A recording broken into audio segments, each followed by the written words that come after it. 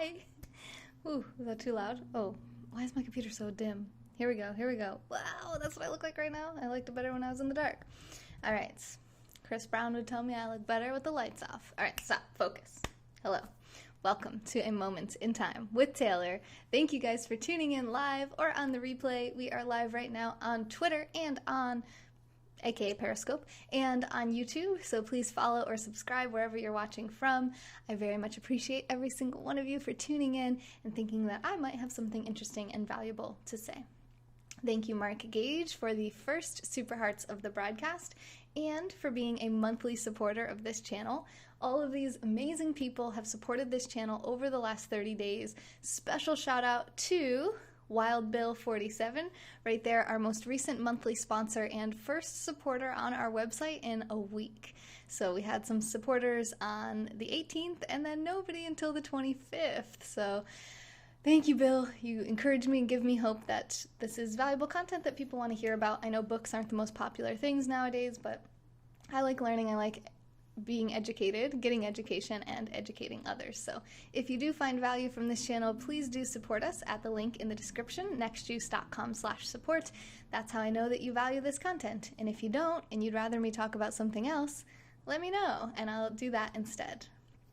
Thank you guys so much for all the support and for making this show possible. Hi, Frankie. Mark, you actually sent super hearts before anybody even commented. Very impressive. Frankie was the first comment. Sorry, Saul, you were actually second. Hi, Victoria. Thanks for inviting your followers. Hi, Chris. Frankie, thank you for inviting. Hello, other Chris. Chris Surratt. Hey, I met you in Brittany's Quest broadcast. That was cool. I love books. Me too. I love books. 17th. 17th is a special day on this channel, but I can't say why because I have super hearts on. You can learn more about it by clicking that link, nextjuice.com/support, and let me know if you have any questions. Bam! All right, so I am here to talk about, without further ado, Jordan Peterson's book, 12 Rules for Life, An Antidote to Chaos.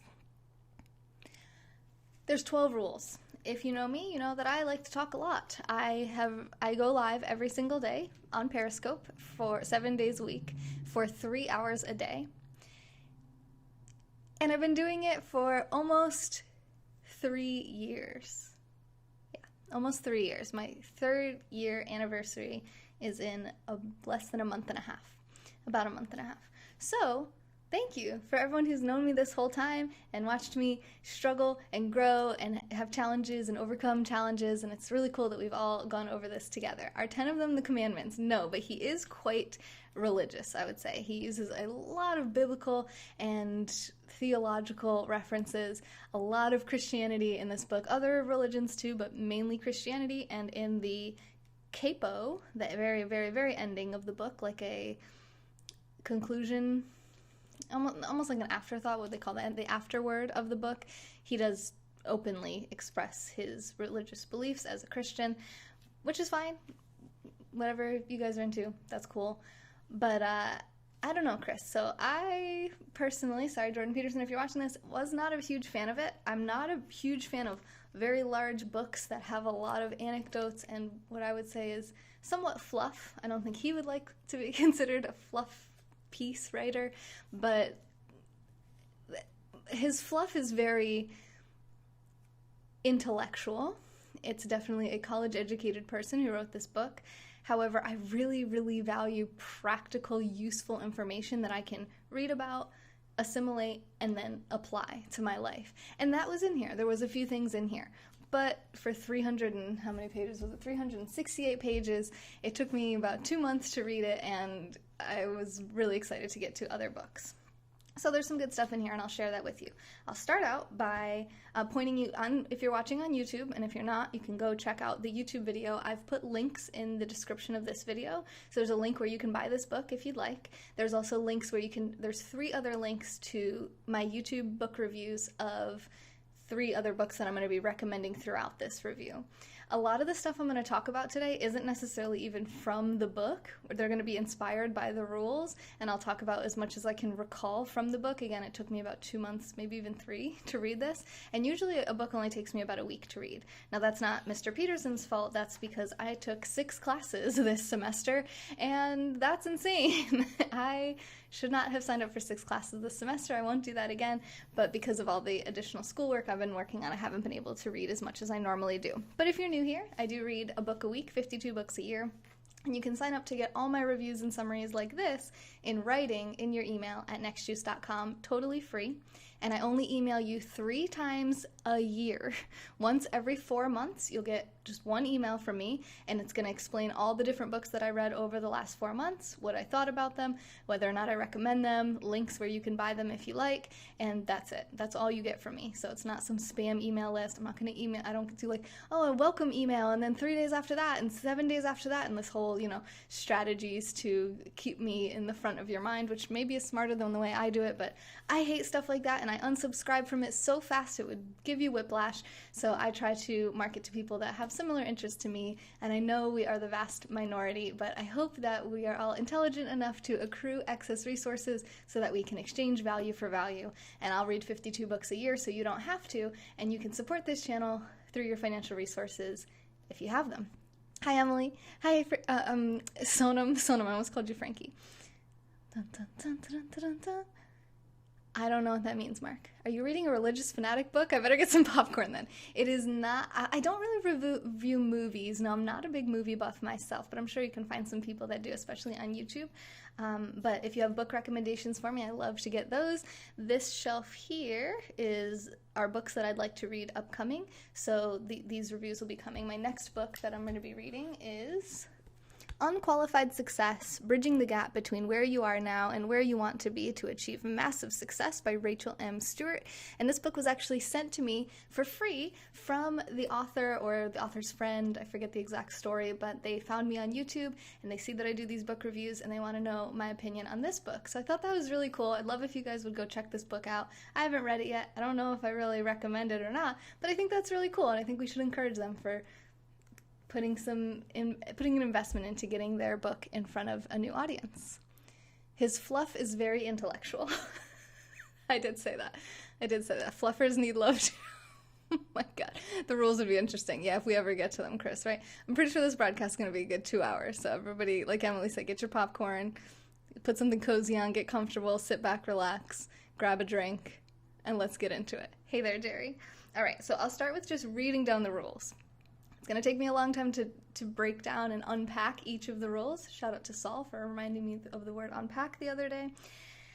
So at least I'll have said all the rules once before your short attention span brings you elsewhere. Rule 1, stand up straight with your shoulders back. Rule number 2, treat yourself like someone you are responsible for helping. Rule number 3, make friends with people who want the best for you. Rule number 4, compare yourself to who you were yesterday, not to who someone else is today. Rule number 5, do not let your children do anything that makes you dislike them. That was a thought-provoking one. Rule 6, set your house in perfect order before you criticize the world. Rule 7, pursue what is meaningful, not what is expedient. Rule 8, tell the truth, or at least don't lie. Rule 9, assume that the person you are listening to might know something that you don't. Rule number 10, be precise in your speech. Rule 11, do not bother children while they are skateboarding. And Rule 12, pet a cat when you encounter one on the street. There's a lot there. There's a lot. And I will say that even though I'm only going to give this book maybe 2 or 3 star review, there's a ton of information in here, and I am not going to do it justice. Even if we spend 2 hours going back and forth having a full conversation about the information in this book and ideas and thoughts that it brings up for me, I'm not going to remember the vast majority of the stuff in here. There's a lot of stuff, so if you really want to know what the book's about, you're going to have to get it and read it and kind of dig through it yourself. It's definitely one you could read more than once, but I'm going to do my best, okay? So if that's fair enough for everyone, let's get into rule number 1, which is stand up straight with your shoulders back.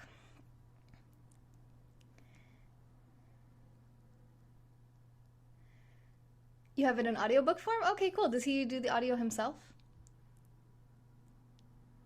Aw, Jerry, thanks. That's so nice. I appreciate that. I appreciate that you acknowledge how busy I am. But I promise you guys, I'm not going to make this mistake again where I'm taking 6 classes a semester. So in the winter semester coming up in a couple weeks, I'm only taking 4 classes. So even though one is a lab science class, we should have plenty more time to do higher quality content like this, and I should have a little more time to read and do more book reviews. Like Kermit. Does Kermit stand up straight with his shoulders back? That could be a good example. Rule number 1, have fun sometimes. All right, so if you guys want to say what your rules are, that could be a fun kind of counter to this, kind of a balance. Shara said, so did you like the book? If I had to say yes or no, like if I couldn't say kind of, that would be my honest answers, kind of, but not really. So if I had to pick yes or no, I would actually say no. I would say there's some really interesting stuff in here, and there's some really good points and actual practical information that I learned, assimilated, and I'm applying to my life already and can apply to my life in the future, stuff that will maybe stay with me forever, and I love that, and I appreciate that, and that's all I really look for in a book.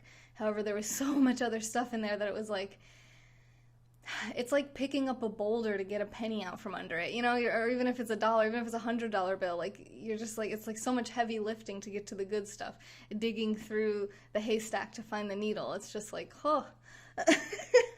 So that's how I feel about it. But thank you, Shara. Big shout out to Shara for sending me this book. I appreciate that. This book was recommended to me so many times. I don't want you to feel like, oh, she didn't like it and I sent it to her. I would end up reading this book regardless. So many people wanted me to read this. I would have read it. So it was on my wish list even, I think. So Shara herself actually started reading this book and was like, okay, this is too dense, this is too much. Can you read it and tell me what it's about? And actually sent it to me as a gift. So thank you, Shara. I really appreciate that. I'd lift a boulder for 100, but not for a penny. JBP sounds like Kermit. Oh, he does? Oh, I've actually not listened to him. I love when he talks about meaning or philosophy. Yeah, I've heard a lot of good feedback from people. He's got a lot of fans, so I don't mean to talk smack about him or anything. I don't know him personally. I'm sure he's a great guy. He's definitely got good stuff in here. He's definitely very smart, but it's not necessarily, I don't like really, really long books. And I love books. Check yourself before you wreck yourself. Be you and know your values, beliefs, and goals. Okay. Can you be anyone besides you, though?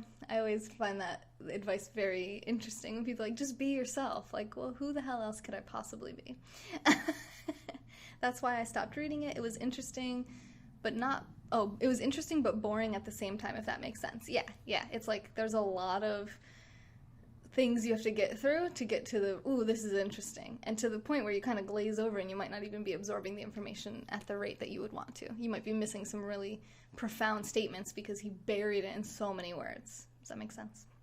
All right, so stand up straight with your shoulders back. This idea resonates with me because I'm a yoga teacher and I focus on posture a lot with my yoga clients. We want to bring our shoulders back and down, keep them down away from our ears. We want to lift the top of our head to the sky. We want to pull our heads back so we don't have this forward carried head. We want to keep our core strong. We want to keep moving. We want to hold ourselves in a confident posture, and not just because there's health benefits to that. So that's another thing. As I go through this book, I'm going to be talking about health goals, I'm going to be talking about wealth goals, and I'm going to be talking about relationship goals. And those are the 3 categories that I focus on here on my channel, as well as after this broadcast, if we have time today. If not, I'll do it tomorrow. We're going to be going over our goals, our personal goals. So we're going to be doing goal setting and checking in with our goals as I do here every single month. Usually just on Periscope, but I'll probably do it on YouTube if I'm here tonight as well.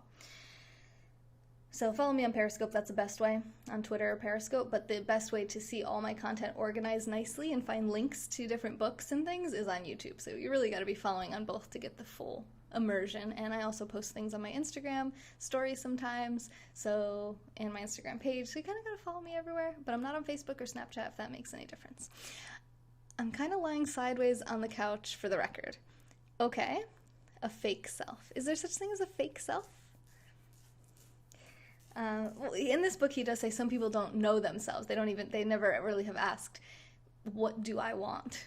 What do I like? What are my preferences? What are my desires? What are my goals? What would the perfect day look like to me? And I definitely see that for sure. So I guess you could say in a way that's kind of like not being yourself because you haven't even gotten to know yourself. You've been so concerned about everything outside of you.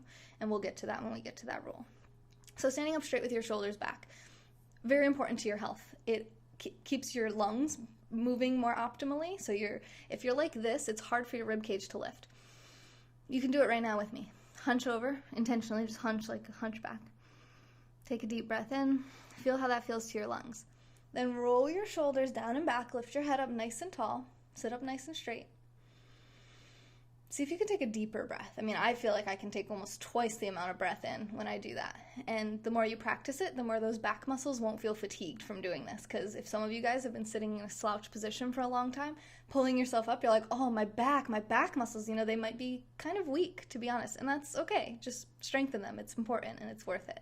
So your skeleton is going to be aligned more properly. It's going to function more effectively. Your movements are going to take less energy and be less potentially injurious. You'll be less likely to hurt yourself just from walking and moving if you have good solid posture, as well as muscles and eating healthy foods and nutrients and things that we could get into at another time. I also recommend you follow my friend Brittany's Quest, who is a certified nutritionist and personal trainer, and she inspires, motivates, and helps me with a lot of that stuff, a lot of health stuff as well, and she's on Periscope too.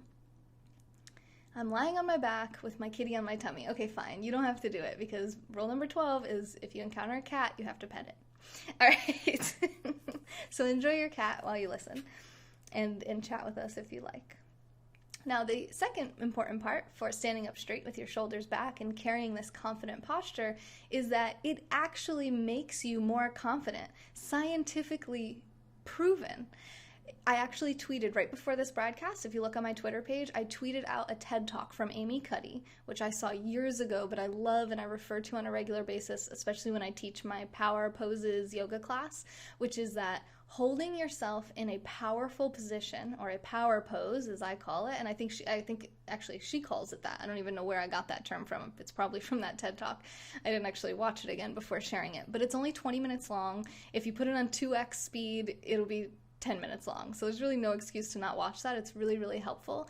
And what they found is that if someone holds a powerful position, and a powerful position is something where you're occupying space, where you're opening up your body and you're feeling like you deserve and are entitled to this space that your body possesses on earth.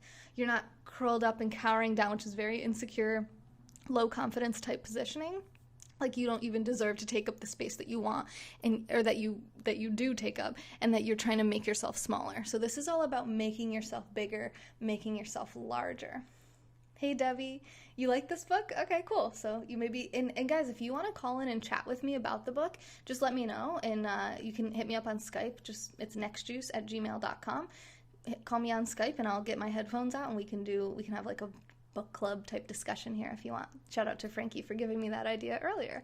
Hi Laura, which will definitely ensure that we're here for 2 hours.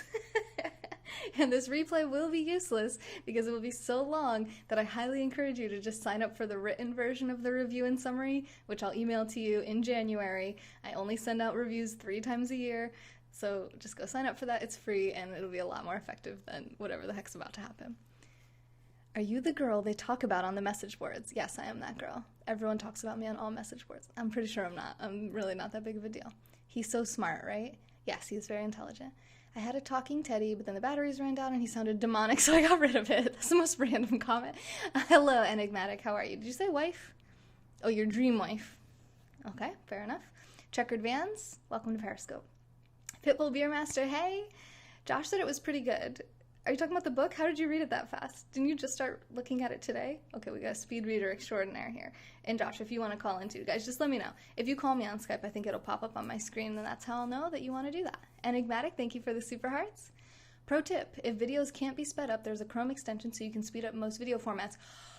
Chris, that makes me so happy. I love you for saying that because half of my classes are YouTube videos and I can do 2x and it's beautiful. And then half of them are not. And I have to sit there and watch it at normal human speed. And I'm like, oh, talk faster.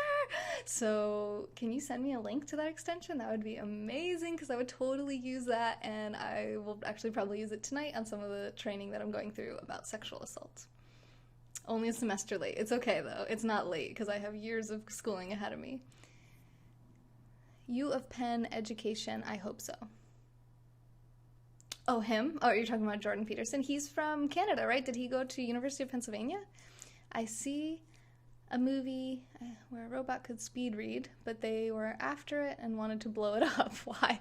If people ask me if I could have a superpower, what would it be?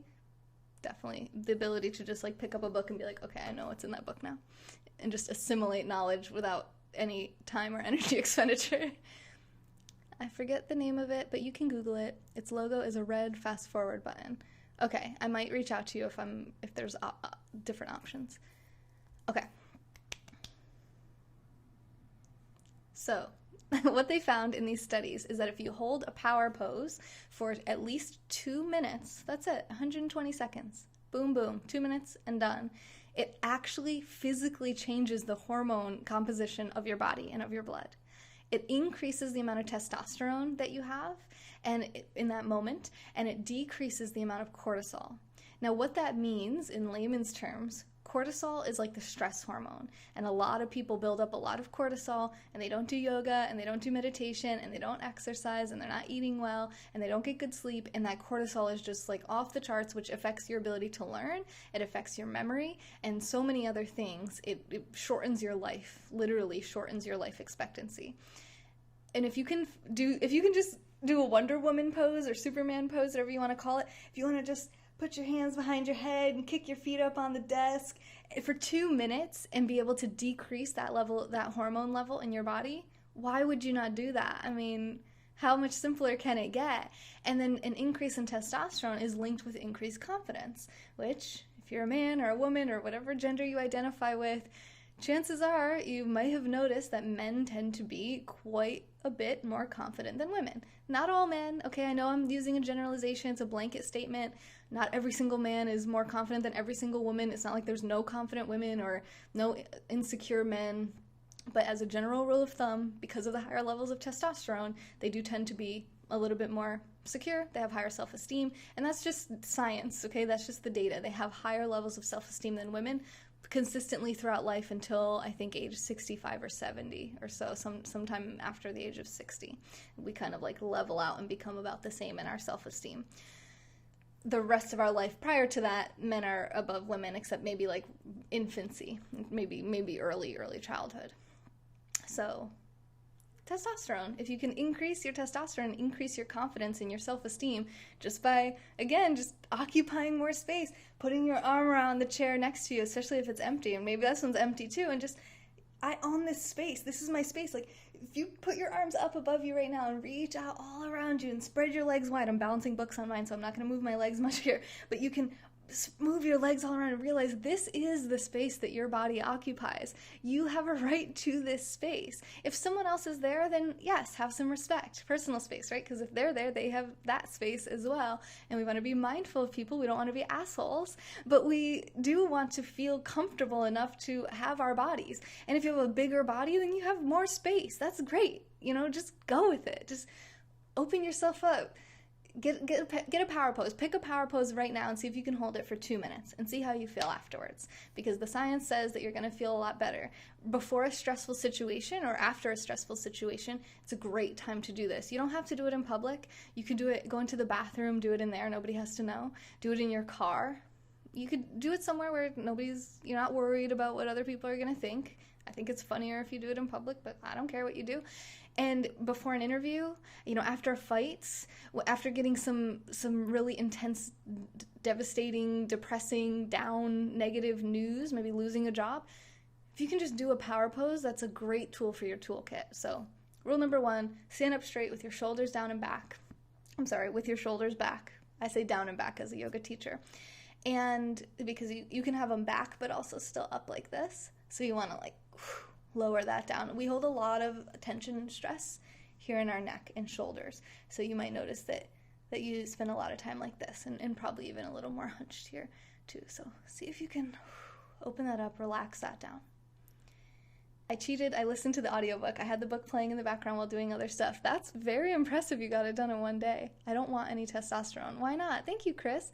Is that ceiling textured? No. FYI, it's called Video Speed Controller. Okay, I'll try to remember that. I use it all the time. Yes, the audio episodes are hours long. I think I finished 3 so far. The audio episodes, are you talking about his podcast? Does he have a podcast, or are we talking about the book itself? Okay, I don't think I missed any other oh, my power pose is hugging my favorite Hello plush. That's not a power pose. Hugging something is actually the opposite of a power pose. I don't think there's an opposite word for that, but this is the opposite of what you're trying to do. You're trying to open up, take up space, occupy space. Instead of occupy Wall Street, just occupy your space. Hi, Polly. Video Speed Controller. Thank you, Frankie. I love you, man. Hello, Phantom Virus. Just reviewing this book now. Yes, Joey, it took me months to read this book. My go-to power pose is simply hands on hips. Does that work? Yeah, absolutely. I like the fists, because I feel like that is more, it's something a little bit different, because if you just stand like this a lot, you might feel powerful naturally anyway. But if you kind of like switch it up, I feel like putting it into fists also kind of it just makes me picture Wonder Woman or Superman, you know, my cape's like flying behind me, or got my shield. I don't know much about superheroes, but you know, whatever makes you feel powerful. Open up that chest. The book episodes. Oh wow, how did Josh finish it so fast then? Oh, did you have it on hyper speed, Josh? Why is my head chopped off? I'm going to Superman pose at the bar. It's going to be so rad. Can you get up on the bar and do it? Joey Giggles, thank you for the super hearts. I appreciate that. Are you a fan of Peterson? Thanks for sharing on Twitter. Yoga Tuesday. We did that is technically a little bit of yoga. Yeah. Yep. That's what I teach in my power pose class. I mean, normally I would get up and be on my feet and do it with you for 2 minutes, but we got a lot to cover here, and we've been live for almost a half hour, and we've gotten through rule number 1. Hello Kitty Power. Okay, whatever works for you, I'm cool with it. So let me just make sure I didn't miss anything I wanted to talk about. Yeah, I did. So we're not done with rule number 1. So he spends a lot of time in this chapter talking about hierarchy, social hierarchy. And I did find this pretty interesting. Yes, thank you, Joey, so much. Joey is one of my first friends I ever made here on Periscope, and one of the first people who supported me and shared me out and encouraged me and was really positive about my content way back when I was listening. I was like sitting there chilling. I think I was like smoking a bowl and like listening to Stefan Molyneux because I was like not realizing that my broadcasting career was ever going to change. I didn't know it was actually going to become my career. So anyway, lobsters, yes. He talks a lot about lobsters. Hey, Engine. And the way that lobsters have been around for, I believe he says 200 million years. You can fact check that for me if you like. It's Joey's fault. Yeah. It's Joey's fault that we're here today, so everybody just blame Joey. Or thank Joey, and maybe follow him too, because he broadcasts as well. Probably about content similar to what I'm doing here today, maybe a little bit more political. So, hierarchy. So lobsters, which have been around, like I said, for millions of years, have different techniques, and I don't need to get into the nitty-gritty of how lobsters establish dominance in their hierarchy, but his point is that these somewhat simple nervous system, their brains are like a few cells. You can basically see their brains through their shell or something. I might be making some of this stuff up. Remember, this is the first chapter. This is the furthest from my memory. But I thought it was interesting. I was reading it on an airplane. That was actually June. Pretty sure that was June, so maybe it took me like 5 months to read this book. Hi, Matthew. How are you? Hey, Russ. How are you? Wow, that's a long time. Hey, Shara. Gamer B, hi. Abridged normal speed was only a few hours long. Oh, it was abridged? Oh, okay, interesting. Maybe it's in their blood.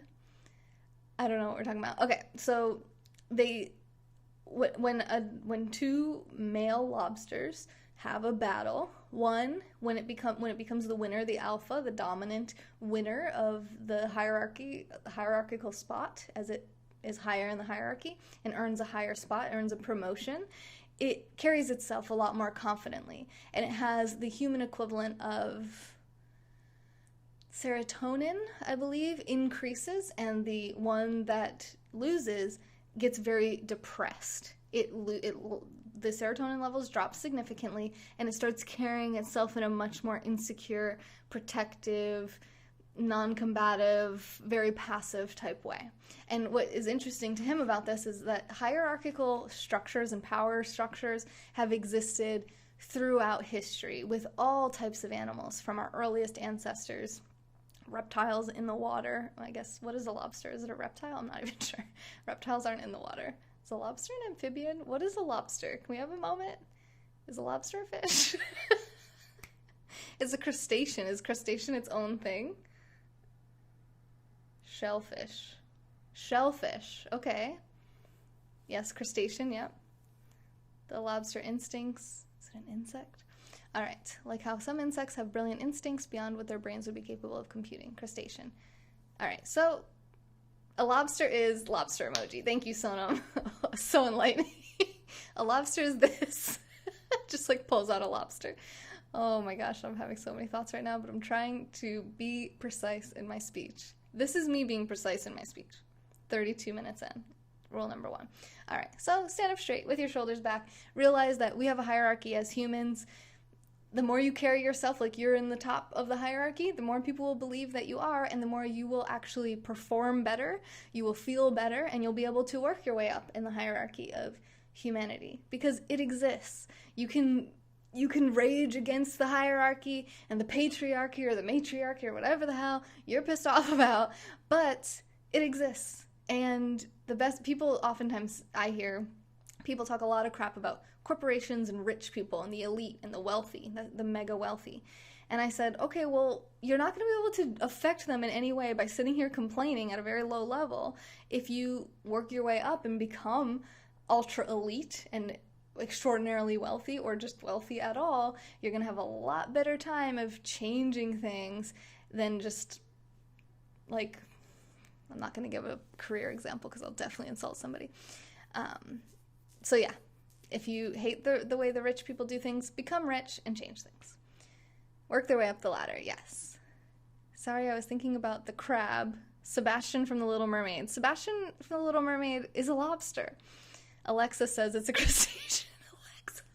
Thank you, Alexa. Vitamin D helps fight depression. Perhaps. Yeah, I don't know. I haven't studied that in a while, but I've heard that before for sure. Wish I could be part of that world. Are you singing somewhere? Oh, no, that's Fievel. All right, anyway, lobsters are delicious. Maybe, I don't know. But the corruption is systemic. Okay. A lot of people don't have the means to work their way up. A large percentage of rich is passed down.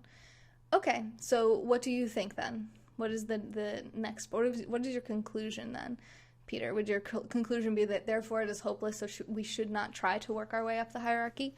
Because that makes it easier for other people to surpass you, right, if you give up or you're apathetic. And just say, like, it's hard, you know, like, we can't. There's some people who just can't. Well, yeah, if you're born severely disabled and are nonverbal and your limbs are not developed, yeah, you're not gonna, like, become ultra elite, of course, right?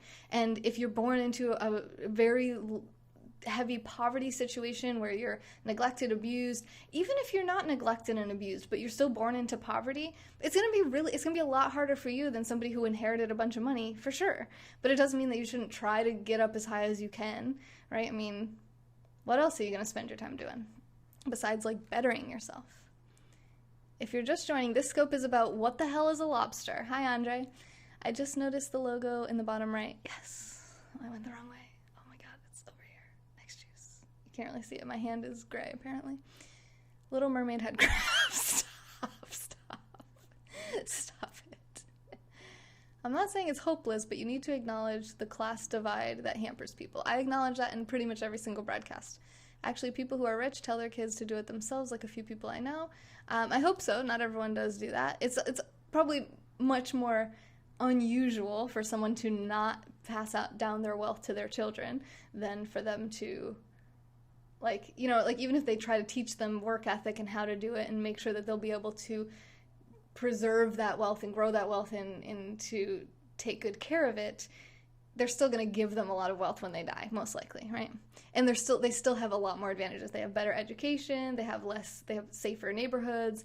Yes, there's definitely a disadvantage. There's many disadvantages. Not being born in America, being born in a third world country, huge disadvantage. Of course. But as humans, we can still elevate ourselves in whatever structure we find ourselves in. There are many rags to riches stories. Something like 4% of Americans are millionaires. So it's possible. We can do this. We can, and it's not everyone's goal is to become an ultra elite wealthy person, but I'm trying to talk about not being apathetic, not being the defeated lobster, not walking around like, I can't do anything, everything is against me, blaming everything else for your circumstances, because yeah, shitty things happen. I was raised by a single mom. That means that I'm much more likely to kill myself. I'm much more likely to be aggressive. I'm much more likely to have all these problems and not be successful financially, but that doesn't mean I'm not going to try. And I think that I carry myself more confidently. Sonam said something very nice to me earlier today where she said that she thinks sometimes people troll me because they're uncomfortable with how confident I am. They're like, they don't understand how you can like just say the things that you say and have the situation that you have and then just be confident and be criticized and be like, okay, well, that's what you think, and still be confident, like, because they may not feel that way. And I want to encourage you to do those power poses we just talked about and try to increase your confidence, because that's going to help you to elevate if that's what you're interested in. I'm not here to tell you that you should do that. I'm sitting here saying that you should, right? But if you don't want to, then don't. I mean, I can't make you do it. And I probably can't convince you of anything that you're certain is not true. A lobster is not real, it's an illusion. Freaking Mike, this is what you were saying about neurons. Making excuses doesn't help you. I don't think so. I think what Peter is right, that we should be realistic, that we should be honest. We should see what the situation is. It's going to be helpful to us if we can identify the obstacles in our way so we know what we're up against, so we know what the enemy is. So we can say, okay, well, I go to a really bad school. Like my teachers are not very smart and most of the students in my peer group are also not very smart, and to be aware of that and realize that the odds are stacked against you to become educated, and you're going to have to work a lot harder to have even close to an education of some really rich person and their private school education or their homeschool education. To be aware of that is good. So I think it's correct that we have to acknowledge that, but at the same time we shouldn't give up, right? This is what we're talking about here is about confidence, about holding yourself confidently and being aware of the hierarchy and where you fit in that hierarchy. And we have a pretty good, humans that are, maybe people with autism would not have as good of an awareness of this, but relatively mentally healthy people who have functioning brains tend to be pretty accurate about where they are in the social hierarchy. So work your way up if you want. I'll put it like that. In Boston, it's called a lobster. Stop making me laugh so hard to my microphone. Okay, then the lobster has a crab's attitude. It's a crabby lobster, basically. Always so technical. What is your takeaway from the book, positive or negative? Did you like it? Positive or negative is, if I had to choose positive or negative, I would say positive, because I learned new things. So it added. It didn't take anything away from me. I didn't read this book and go, oh God, like I forgot 10 things that I knew before. I also don't feel like it was a complete waste of time, although I would have rather been probably reading other things. So if you asked me if I liked this book, yes or no, I would actually say no. But it's definitely bringing a lot of good conversation, I think. There are different types of lobsters. I just want to be comfortable. That should be the goal. Okay, that should be your goal, right? Not everybody. Some people like discomfort. We like to be out of our comfort zones and challenging ourselves and pushing our limits and seeing what's really capable. What am I capable of? Bodybuilders, Olympic athletes, marathon runners. I mean, they're not probably comfortable, right? They're not just like, I just want to be comfortable. It's not like you should feel that way, but if you do feel that way, it's not wrong. Whatever you want, that's right for you. I'm just saying what this book said. I seem aggressive. Am I aggressive? Defeated lobsters don't taste as delicious as confident lobsters. That's probably true, because confident lobsters probably have more meat. I'm here with Pinky tonight, trying to take over the world, personal responsibility, clean your rooms. We'll get to that in rule 6. I misunderstood your point. Originally, my worldview is different, and wealth not being the ultimate goal. Right. So me and Peter, I think we're on the same page. That happens a lot. So me and Peter have very different political beliefs, right, or what we subscribe to, but we're also, I'd like to think, and I don't want to, speak for you if you're not comfortable with what I'm about to say, just tell me, but I feel like we're both open to other people's ideas and being like, there's a chance that I could be wrong about something, so I want to hear from this, and be like, yes, like, where we can agree, we want to find those points of consensus, and where we disagree is kind of like, when it comes to certain situations, when it comes to philosophy and politics, it's like so much of what we say is theoretical. We can't really prove what we believe is true because it's extremely difficult to experiment with these types of things. It's hard to experiment on people, and I can't say that anarchy is the superior way of government, because where am I going to find a situation where I can have an environment of anarchy right today in America? Where I can be like, hey, can we just practice anarchy for a little while so I can make this point? Like, it's just, so a lot of that, and even socialism, like, you can't say, like, oh yeah, socialist America would be great, because we've never had that, so it goes both ways, where we're like, well, here's what we think. Could be right, could be wrong. That's what ideas sharing is all about. Standing up tall definitely makes people look more impressive. People say to me that they think I'm a lot taller than I am. People will say, what, you're 5'1", or they'll meet me in person and go, oh my God, you're so tiny, because I have a big personality and a big old mouth. I certainly agree with the rest of what you're saying. I agree with you too. And I don't actually disagree with, the way you said that there's many people that can't get to that level. True. To acknowledge the class divide. True. I don't, and yes, I agree with you that we should. My social status is a monkey. Is that below a human? Okay, let's just, we got to be at rule 5 by now, right? We're still at rule 1. Comfortable and being able to pay my bills. Oh, financially comfortable. So my goal would be financial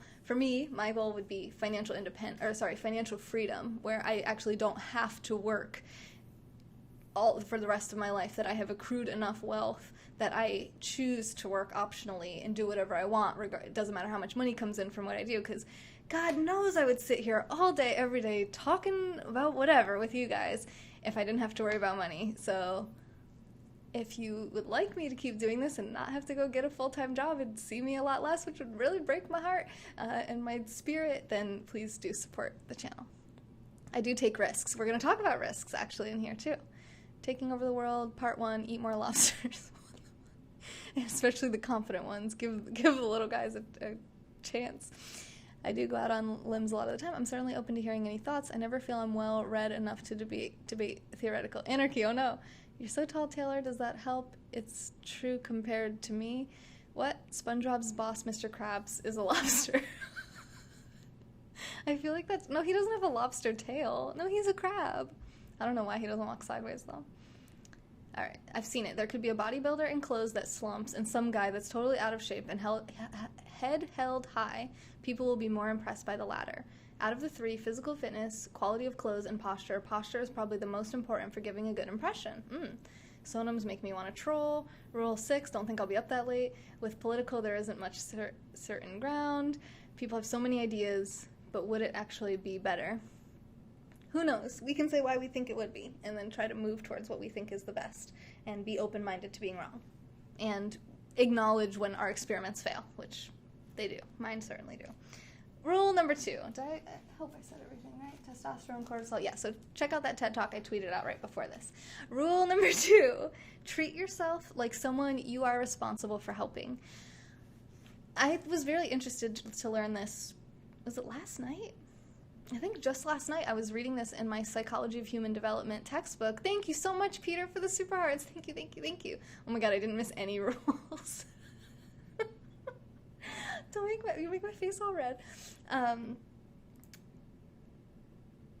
What was I just saying? Thank you for the super hearts, Peter.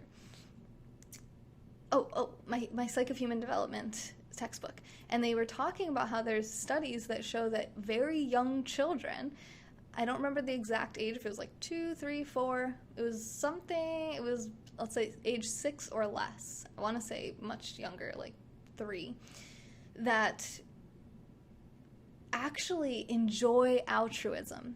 Hey, Sean. So as we develop a moral compass, social cognition or moral development, we actually do enjoy altruism. And altruism is putting someone before yourself. It's actually sacrificing something you have for someone else. So sharing, giving someone something. You have a cookie, and instead of just eat the whole cookie, you break it in half or a piece off and you give it to somebody else. And that makes you feel good. And now that could be a social construct, potentially some part of it. You know, you've been rewarded for that. Everyone's like, you should share. And you share, oh, that was so nice, good job. Social rewards. Maybe you get something if you share. You know, we actually give our kids points if they share. So, I mean, there's a lot of social construct to this. But there's reasons that social constructs exist. And maybe we'll get into that in a different broadcast. But this is about altruism. So altruism, I think, is actually a slippery slope. So yes, if you have excess, if you have a cookie and you don't need to eat the whole cookie, you're not like, it's not like the last cookie and you're going to die if you don't eat it, then sure, you can give the whole cookie away to somebody if you want to. Do whatever you want. I keep trying to get to this topic here. Hey, Kieran. Hi, Danny. Of like, do what you want. Do what you think is best because you know yourself better than anybody else. However, one of my favorite books is The Virtue of Selfishness by Ayn Rand. And she talks about how, well, I can't really help anyone else unless I first help myself. So being selfish, being self-centered and self-serving is actually beneficial, not just to me, but to everyone else that I'm interested in helping. Because if I just focus on helping them and sacrifice myself, I'm going to need help. And I'm not going to be independent. I'm not going to be sustainable. I'm not going to be able to help very many people that way. If I can take care of myself first, make sure I'm fed, and then go out and feed other people, that's going to be a lot more helpful than me starving and giving you all my food and then dying, or becoming very ill and now someone else, you or maybe somebody else, has to now take care of me and becoming more of a burden than a contributor. Make sense? So what I actually believe, and again, a lot of this probably isn't even related to the book, is that people value altruism so much that a lot of times they treat other people, and we have these concepts of altruism. Selfishness is bad. Being greedy is bad. Taking care of yourself, bad. You have to take care of others. That's what's good. I get criticized a lot for this, for saying, hey, I'm giving you value. Why don't you give me some value back in terms of financial support? I'm not being greedy, right? I'm giving something valuable. I want to do a value exchange here. But people would say, no, you should give your money to charity. Like, is your argument really that you should give all your money to charity? Like, any excess money you have should go to charitable causes. You should never buy anything that you value, like food. Like, are you a farmer and you just give all your excess money to the food pantry? Like, you're not allowed to exchange that food for something that you value and you would like to have in exchange? I mean, I feel like that's just like basic economics, and it feels like common sense, and sometimes I say things are common sense, and then I remember I've read hundreds of books, and that what's common sense to me might not be so common, and it might not even be my idea. It might be someone else's idea in some book that I read. You know, let me catch up on comments because I see you guys flying through here. There's an episode where Mr. Krabs is a lobster. I thought everybody should know. Oh my gosh. I don't speak that language. Okay, now I see you do need a hairbrush. Listen, I have a hairbrush right here. So stop trolling me. What I need is a shower. Starving. Oh my god, put your pants on, Kieran. Nothing wrong with that. It's an exchange of energy. I agree. I only buy top shelf pineapples, nothing less. Value is important. No bottom shelf, no middle shelf, no second shelf pineapples. Bring back barter. Oh, Johnny, that's such a painful statement, but I don't want to get into that today because I talk about economics a lot, and we've been live for 50 minutes, and there's no way we're getting through these rules in anything short of like 5 hours. Oh my gosh, Laura, what's up? Do you want to talk about it? What's the difference between a shark and a matter baby? You want me to say, what's a matter baby, and you're going to say, nothing, I'm fine? What's the matter with you? What is Next Juice? Are you some kind of self-help group or something? Next Juice is the name of this channel. So Nex is short for Nexus. It's a connected group of people. Nexus means a connected group. And then juice is like that positive quality we try to keep in the foreground of our minds as we have sometimes uncomfortable conversations here.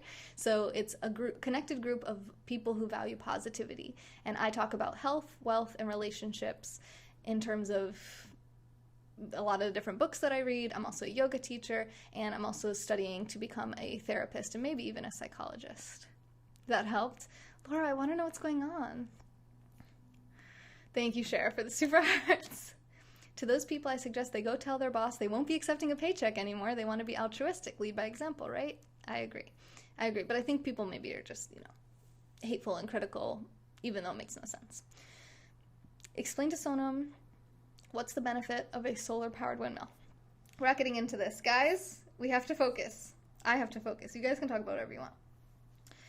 So I think a good experiment and a good exercise for us all to do, and something I really enjoyed when I did it one time in my meditation, was to view myself outside of myself. This is also an emotional intelligence exercise. So there's a book, I didn't know I was going to recommend this book, but it's called The EQ Difference by Adele Lynn.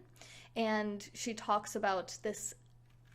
Imagine that you are observing yourself from an outside point of view.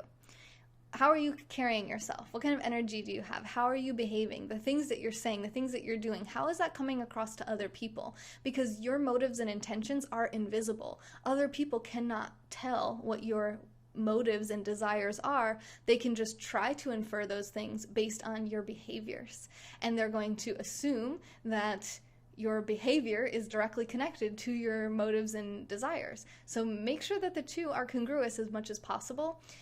But aside from that, in terms of this exercise, I'm talking about how would you treat yourself if you were your best friend?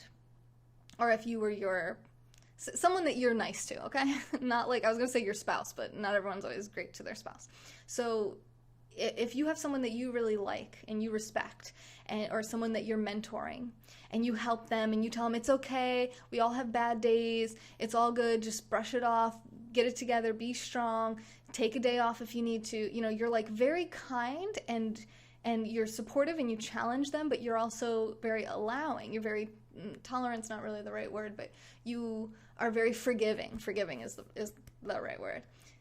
How come you're not like that to yourself? How come you're so hard on yourself and you have to be perfect all the time and you can't have a bad day and you can't do anything wrong, and every time you do, you're a complete idiot? And like, we will say things, our self-talk will be sometimes just atrocious. We'll say, oh my God, I'm so stupid, I'm so ugly, I'm so lazy. And it's like, would you really say that to somebody else? If your friend was like, oh my God, like I just really don't want to do my laundry, would you be like, you're a lazy piece of crap? No, you'd probably be like, give them maybe some advice, some ideas on how they could do their laundry, maybe offer to help, maybe tell them, it's not that big of a deal, you can like do your laundry tomorrow. You're kind of more like forgiving with what they do wrong. You're not so hard on them. So why are we like that with ourselves? Now, I think it's good to challenge ourselves and develop and to want to do better and do more. I think that is really good. And I don't want to take that away from anyone or enable someone to be very lazy, basically. But realize how you treat yourself is oftentimes worse than you treat other people. Now think about the people who you view as kind of an extension of yourself, your children, your spouse, people who, this is how you can tell if you identify with a person as yourself. Would you rather lose a limb or that person? Because it's a hard decision to make. Someone you really love and cherish and value and wouldn't want to live without, it's almost like you'd rather live without one of your legs or arms in exchange for being able to have that person in your life. Don't worry, it's not a decision you have to make, but realize that, and this was an analogy he used in the book, something from the book. If it's some random stranger on the other side of the world, you're like, that's fine. That person dies, I get to keep my arms and legs. It's still a moral question mark, but at the same time, it's like, you're much more likely to have a struggle with somebody that you know personally. It's like the train situation. So you can save one person or you can save 5 people, and most people say, well, it's better for society to save 5 people instead of 1, so I'd flip the train switch so that the 1 person died instead of the 5. Okay, well, now it's 5 gang members, it's 5 murderers, it's 5 convicts, repeat offenders, it's 5 rapists, and it's your mom or your child. And all of a sudden, you have this moral challenge where it's like, oh, okay, like I would rather kill 5 people that are not contributing to society in a great way and keep the person that I really value. So that's kind of how you can tell, like, if you view this person as an extension of yourself. Now realize, if you view that person that closely to you, that you like cherish them that much and you don't want to lose them, realize that you might be treating them the same way you're treating yourself. And if you're not treating yourself very well, chances are you're probably not treating the people closest to you the best way that you could either. If you're really hard on yourself, you might be being really hard on your spouse. You might be being really hard on your kids. So just some awareness, right? Just be aware. It's okay. We all do that. And then just be aware and try to do better. Now I'm going to read your massive comments. I saw you guys flying through here.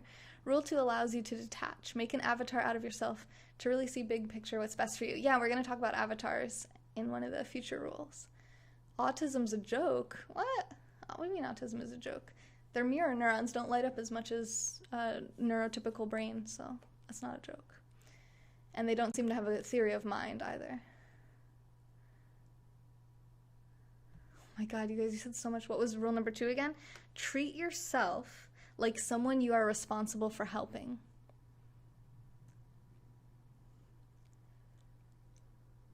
Come to think about it, it's Taylor's fault. She should have let Sebastian be a crab, but then I'd want crab. Well, you can have crab or a lobster. Altruism feels good, though. You can be altruistic. So altruism is sacrificing for somebody else, but there's a limit, right? So it's not pure altruism. Selfishness has to come first if you are to be altruistic, because you aren't going to have anything to give anyone. You won't sustainably be able to give anyone anything unless you are getting something yourself. Does that make sense? Like, if I have this hairbrush and I give it to Danny Bruno, now I don't have any other hairbrushes to give anyone. You know, so I have to be able to get a new hairbrush if I want to give another person the hairbrush. Well, how the hell am I going to get a hairbrush if I have nothing, if this is the last mortal possession that I had? Mortal? Is that the right term? Material? Last material possession that I had? Then what? No, what am I going to use my body to try to get a new hairbrush? Use prostitution to try to continue being altruistic? I mean, come on, guys, what the hell? It's basic. It's just basic. I guess, would you call this my nose? I guess, I don't know. Is this my nose, you guys? I do have a large pimple. Just such inability to have clear communication with my husband. Go to counseling, family therapy. EQ, yes. He doesn't communicate well at all, and then gets frustrated and says blanket statement. Okay. One thing I'm noticing here that's coming up for me as I see what you said is just that you said he doesn't communicate well at all, and then gets frustrated and says blanket statements. So is there any chance that you have done anything wrong at all, possibly? Because that's really like when we have arguments, so that this is in the very end of the book, the capo, which I wasn't even planning on getting into, but he says when he has arguments with his wife, they have a rule where they have to go into separate rooms, and they have to sit there in those rooms, and now this guy's a psychologist too, and ask each other, what did I do wrong that caused this situation to happen? And then they have to come back once they've figured something out. Then they have to come back together and explain what they did, what I did, right? So I'd have to come back to you and say, Laura, I messed up. I should never have brought that situation up. I know it's sensitive to, I don't know what the situation is, right? I shouldn't have said that. I wasn't thinking about this. I wasn't thinking how it was going to trigger you about this. And you're totally right about that. I shouldn't have even gone there. That was totally, I'm an idiot. Like, I'm really sorry about that. And then the other person also has to say, so let's say Laura in this case would have to say, well, I shouldn't have reacted so strongly. I shouldn't have called you that name. I shouldn't have brought your mother up or whatever. Like, I don't know. So we both made mistakes. This is how maybe you have some solutions, potential solutions. Because the thing is, it's not we have to try to value, and I do this same thing. I have the same problems. I have to try, maybe I'll do it this way. I have to value having peace over being right, you know, and being like, my point is right, I am correct, you are wrong, and being like, I would much rather have peace and be in harmony with the people around me than to feel like I'm right about everything all the time, which is like very difficult to kind of bring that ego down and humble ourselves and be like, you know, you might still think that you're right, but it's not that important to prove that you're right. It's more important to have peace with the person that you love, you know, or the person who's financially supporting you, or explain to her the difference between a torch and a flashlight. Danny, aren't you British? Windmills need wind or energy to work. True. You're full of negativity. Why do you think that is, mister? Mister. I do this all the time. I call it eagle eye. Cool, yes. I have bad RBF, resting bitch face. Yes, me too. It's your fault, Taylor. You fed the gremlins lobster after midnight. But one joke, autumn's joke, yes, very true. Gotta treat yourself. We're gonna talk about Epicureanism versus Stoicism too. Sometimes I have bad days. Me too. I tolerate you too, Danny. Hi, Gerald. I want another top shelf joke. That wasn't my joke. That was someone else's joke. We are our own worst critic. Ketchup or mustard for corn dogs. Oh my god, it's literally... Okay, we're halfway through the broadcast. I love you guys. Hello, Harry Balls. Guys, I can't read all the comments, so this is really challenging for me because I love to read all the comments. Hi, 1 Inch Johnson. Oh my god, hi. Should practice trying to be more positive to myself. Learn to take it 1 inch at a time. That is definitely what she said. But I want to read all of your comments, but I also only have 1 hour of content left to go tonight, and it's already midnight, and I'm on rule number 2. So, out of 12. So this broadcast is probably going to switch now, hi Eunice, into somewhat of like a lecture more than a conversation, which I hate and I really don't do often. Please, somebody vouch for me on that. And I want to keep having conversations, so if you guys want to message me, and tomorrow my content will probably be a little bit more freeform and we can talk about stuff more, but let me just try to like get through this and then do discussion after, okay? I know that's like the worst thing ever. I want to do give and take, but I know, you broke me. You broke me. I know. Okay. So,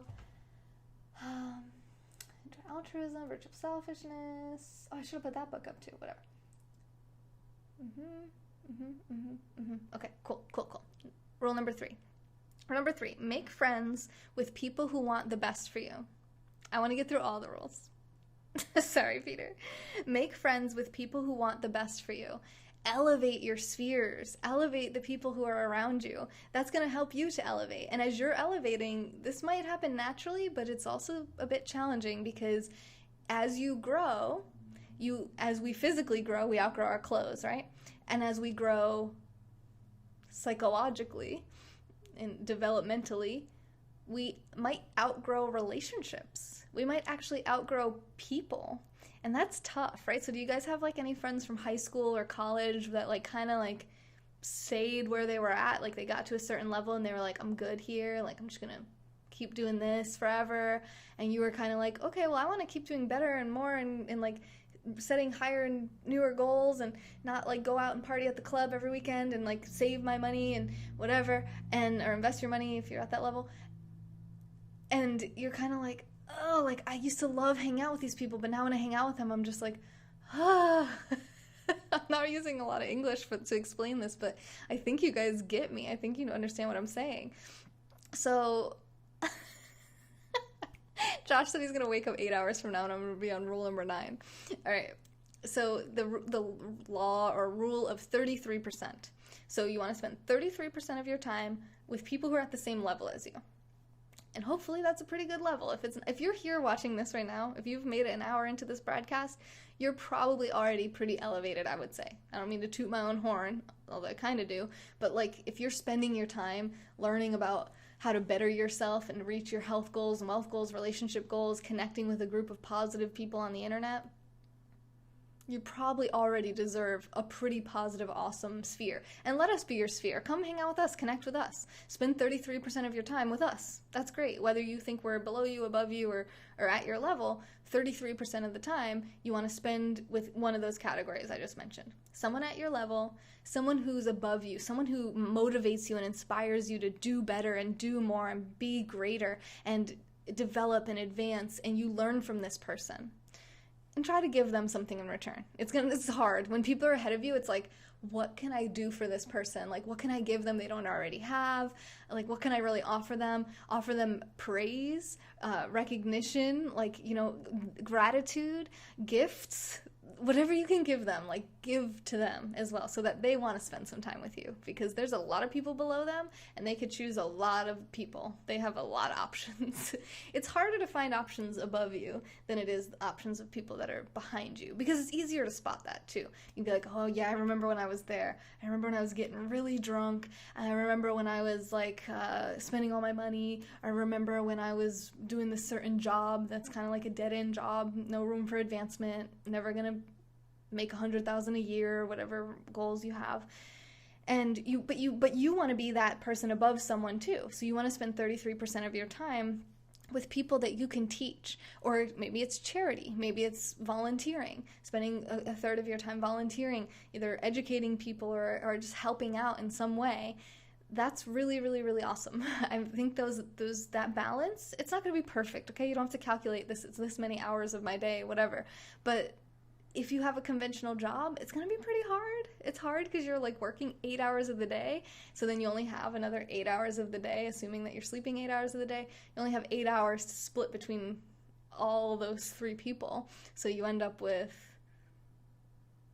about less than 3 hours with each of those types of people. But I think in one day, that's okay. Also, we want to spend some time alone too, right? I guess we could say time alone is kind of like time with people at our level, right? Because it's us.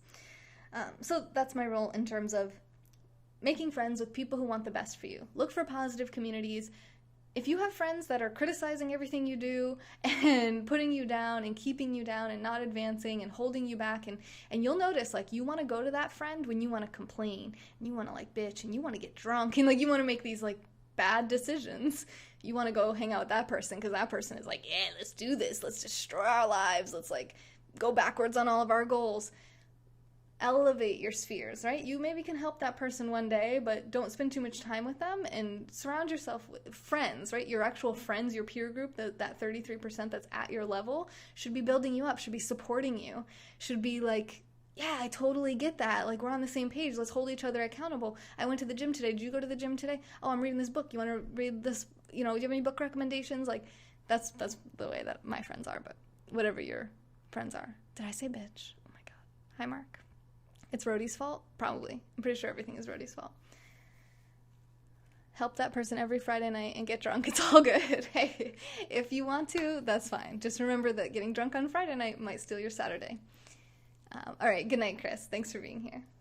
Definitely don't have time for all of us commenters. I do normally, but this is a lot of content in this book. This is a 400-page book.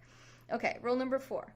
Compare yourself to who you were yesterday, not to who someone else is today. I definitely said it just now. Comparison is the thief of joy. Don't, as much as you can, try. I mean, it's one thing if somebody motivates you and inspires you. Like, I'll see Brittany's Quest, my good friend, who's, like I talked about earlier, she's a fitness instructor, a personal trainer, and nutritionist. And I'll see her and I'll be like, oh my God, like, she's doing like leg day 3 days a week, you know? And I'm like, yes. And that's not me being like, oh my God, Brittany's so much better than me. Like, why am I not there yet? That's not me comparing myself to her. That's me being like, yes, hashtag goals. Like, I'm going to do, yes, like, somebody's doing it. That means I can do it. This is motivating. This is inspiring. This is giving me energy, right? That's not really what we're talking about. We're talking about the energy that sucks away and says, you know, I look at somebody and I say, how come they're sending that person super hearts and not me? What's wrong with me? Why am I not? But what I can do is look at my past. I can look at last year when I made almost twice as much money as I made this year and be like, all right, what's going on with that? And I can compare myself with myself in a negative way and say, okay, I'm not doing as good as I used to do. So what changed? What changes can I make? How can I improve? How can I do better and improve myself from where I've been, especially if I've been better in my past? But that's also evidence that I can be at that place again, right? Eunice, thank you for the super hearts. All right, Johnny. Johnny's like, I got 33% battery. Go. It's going to be deleted now. No, it's not. Hey, Arian, how are you? Let's see if I have anything else to say about that. Individuality is a beautiful thing. Realize that if you were the same as somebody else, that'd be so boring. And you're probably not seeing the whole picture. You probably don't know everything that's going on in that person's life. So you think, oh, that person's making more money than me, or that person has a better relationship than me, or their body is better, their health is better than me. Well, there might be other areas where they're not doing so hot. You know, they're this amazing lawyer, but they work 12-hour shifts every day. They get terrible sleep. They might have, die of cardiovascular disease in their 40s, and they don't have any time to date or find any love, meaningful relationships. So not everything is as it seems. And people don't broadcast their weaknesses and their flaws. So I did a Instagram story earlier about this where it was like, I wanted to talk about a struggle that I had today because I wanted to remind everyone, like, I'm not always happy. People say that to me, oh my gosh, you're always so happy. How do you always stay so positive? And it's like, well, I try to be positive and I try to bring a positive energy here to my broadcasting, and I love broadcasting, so it makes me feel good. So you see me when I'm like, this is almost like this, it's like a drug, right? I'm like, I got the dopamine going and the endorphins, and I'm like, yeah, this is great. And everyone's like, well, how are you like this all the time? Like, as soon as I hit Don't Go Live, I'm like, let's go watch some Netflix, you know what I mean? I'm not like always like this. So remembering, like, especially on social media, what we're presenting, you know, and not just me, but a lot of other people, like, a lot of that stuff is photoshopped. A lot of it is exaggerated or just straight up not true. Like people saying, oh, get rich quick schemes. Like, oh, this is how I made $1 million in one day. Maybe, you know, but, you know, all you have to do is buy my program for $700 and I'll teach you how to make $1 million in one day. Okay, maybe, yeah. But not everything is as it seems. And social media especially is kind of getting criticized a lot. And it's true that people don't, and you can't blame them, right? What am I going to do? Take a picture of my hairy butt and be like, oh, my butt's so hairy, I got to shave it. You know, like, I'm not, like, I'm not going to do like a close-up of this zit and just be like, oh, woke up with a zit today. I might, but really, why? Nobody wants to see a close-up of a zit unless you're into that whole Dr. Pimple Popper thing, which is a whole nother thing. Regardless, I fell for a lot of gurus starting e-commerce. Yeah, that's Arian. We've all been there. It's all good. Eunice will send you pictures of her butt if you send me $20 every single day. But I'm pretty sure she's lying. And I'm also thinking it might actually be a picture of a peach instead of her actual butt. Anyway, and that's false advertising. That's not true. That's a lie. Okay, that was a joke for anyone who didn't get it. In case you were about to send me $20, just be aware. Yeah, hairy butt, okay? Like, things that are like, our kids are having a meltdown. Oh, let's get the camera. You know, some people do that and it goes viral, but a lot, and they get a lot of criticism. Aren't you comforting your child, right? Like, people, if you're dealing with, like, your kids, like, being a terror, you're not just going to be like, oh, Instagram, like, put a nice filter on it, and, like, you know, your kid's like trashing the house, or like your pile of laundry, and just be like, oh god, like, look at all this laundry. You know, you post like, oh, I'm at the gym, oh, look how beautiful I look in this light today, oh, look at this grade I got on my test. Like, we want to put out our wins. It's our trophy case, you know? So just keep that in mind. Don't compare yourself to something that you don't actually even know what it is. And even if you think you know everything, even if it's your child or your spouse or your identical twin, there's still something you don't know about that goes on in their life when you're not around. And I mean, most people probably aren't necessarily comparing themselves to their kids, but I don't know, maybe they are, I don't know. I mean, I'm an adult, so my mom might do that now, but regardless, compare yourself to where you were yesterday and not to who someone else is today, Frankie. Or PayPal me $40 for 2 melon picks. I'm pretty sure now she's definitely talking about fruit. Didn't want to put a lick emoji with the hairy buck. Danny definitely would have muted you. Okay, number 5. Now, rule number 5, I actually really liked, and I didn't think I was going to, because listen to what it is. Rule number 5, do not let your children do anything that makes you dislike them. A failgram. Ooh, I like that a lot. Or even just a hashtag failgram, you know? Like all the bad crap. Rule 5, do not let your children do anything that makes you dislike them. You guys got that? Parents are going to be a lot more interested in this than those who are not. But I'm a step parent, and I loved this chapter, and I thought, oh my god, what a dick. Whispering it makes it okay. Oh, okay, see, GS said that rule is garbage. I thought the same thing. I was like, wow, this guy is like he hates his kids. Like, your kids, because I had this preconceived notion, right? Your kids can't do anything wrong. They're completely innocent. They don't have any moral values. Like, anything that they do bad is a reflection of you, which is partially true, but at the same time, and I just realized someone was asking if this is textured. It's, like, recessed. Anyway, sorry, ceiling comment. Your kids do annoying things. So what it means is, well, one is that if you're annoyed with or angry at your kids, you're not going to give them the best parenting, right? You're not going to put your best foot forward. So it's important to teach them good social skills. And it's also the parent's responsibility, and I'm saying this for myself as well, even though I'm a step parent, to ensure the child's success as much as possible. You can't 100% ensure it, right? But you can do the best to encourage and build and promote their success and give them the tools that they need for success. And having social skills and being socially advanced, thank you, Mark, for the super hearts, is vital to success. And not just in wealth goals, not just like with sales or marketing where like, you're face-to-face actual working social skills like that. You could be like a tech programmer, maybe not have great social skills, but your dating life's probably going to suffer, right? You might have intimacy issues. You might have trouble meeting or making new friends. It's important to have good social skills if you want to have everything, right? If you want to have, especially relationships, because relationships are key too to finding opportunities, whether dating opportunities or work opportunities or health opportunities, right? So I have good social skills. And I met this girl, Brittany, who now we're pretty good friends. If I had really crappy social skills, she probably wouldn't take time to tell me about how many grams of protein I should be eating and what workouts I should do and sending me little videos and helping me along as my friend unless I had good social skills. So that helps me because I'm actually getting a massive amount of value from her for free, although I like to think that I'm exchanging value in return, kind of like the barter system Johnny was talking about. But if I had crappy social skills, if I was just like totally awkward or a total B word, why would she even bother helping me? Why would anyone support this channel, right? So having social skills is really benefiting me. In a lot of ways, it's key to my success. Excuse me. I take online classes. Half of most of those classes is discussion board posts. Writing an interesting discussion board post and then replying to other people's discussion boards in an interesting, meaningful way. If I didn't have good social skills, that would be really challenging. I love you, Eunice. So it's important for us to teach our kids how to have good social skills. And remember, if you don't tell your child that they're being, let's see, what's the words I wrote down here? If you don't tell that your child that what they're doing is inappropriate, unacceptable, or annoying, someone else who loves them a lot less than you do will tell them.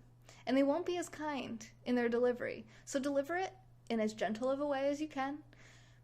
Let them know you love them no matter what, but also let them know that this is going to hinder their ability to have good social relationships. So I do this innately with my stepchildren. One of the kids is, sometimes he cheats, like they'll be playing a game and the kid will cheat, or he'll just like, he doesn't want to play the way that it's supposed to be played or whatever, and he's very creative and that's great, but at the same time, like, it's important for him to realize, well, if you don't do it a certain way, other kids won't want to play with you. And if you don't care if other kids play with you, then fine. But just realize, like, there's going to come a time where you want to do something and nobody's going to want to play with you. Nobody's going to want to do whatever you want to do because they don't like you, because you mess up their games. It's important to realize that. And it's not that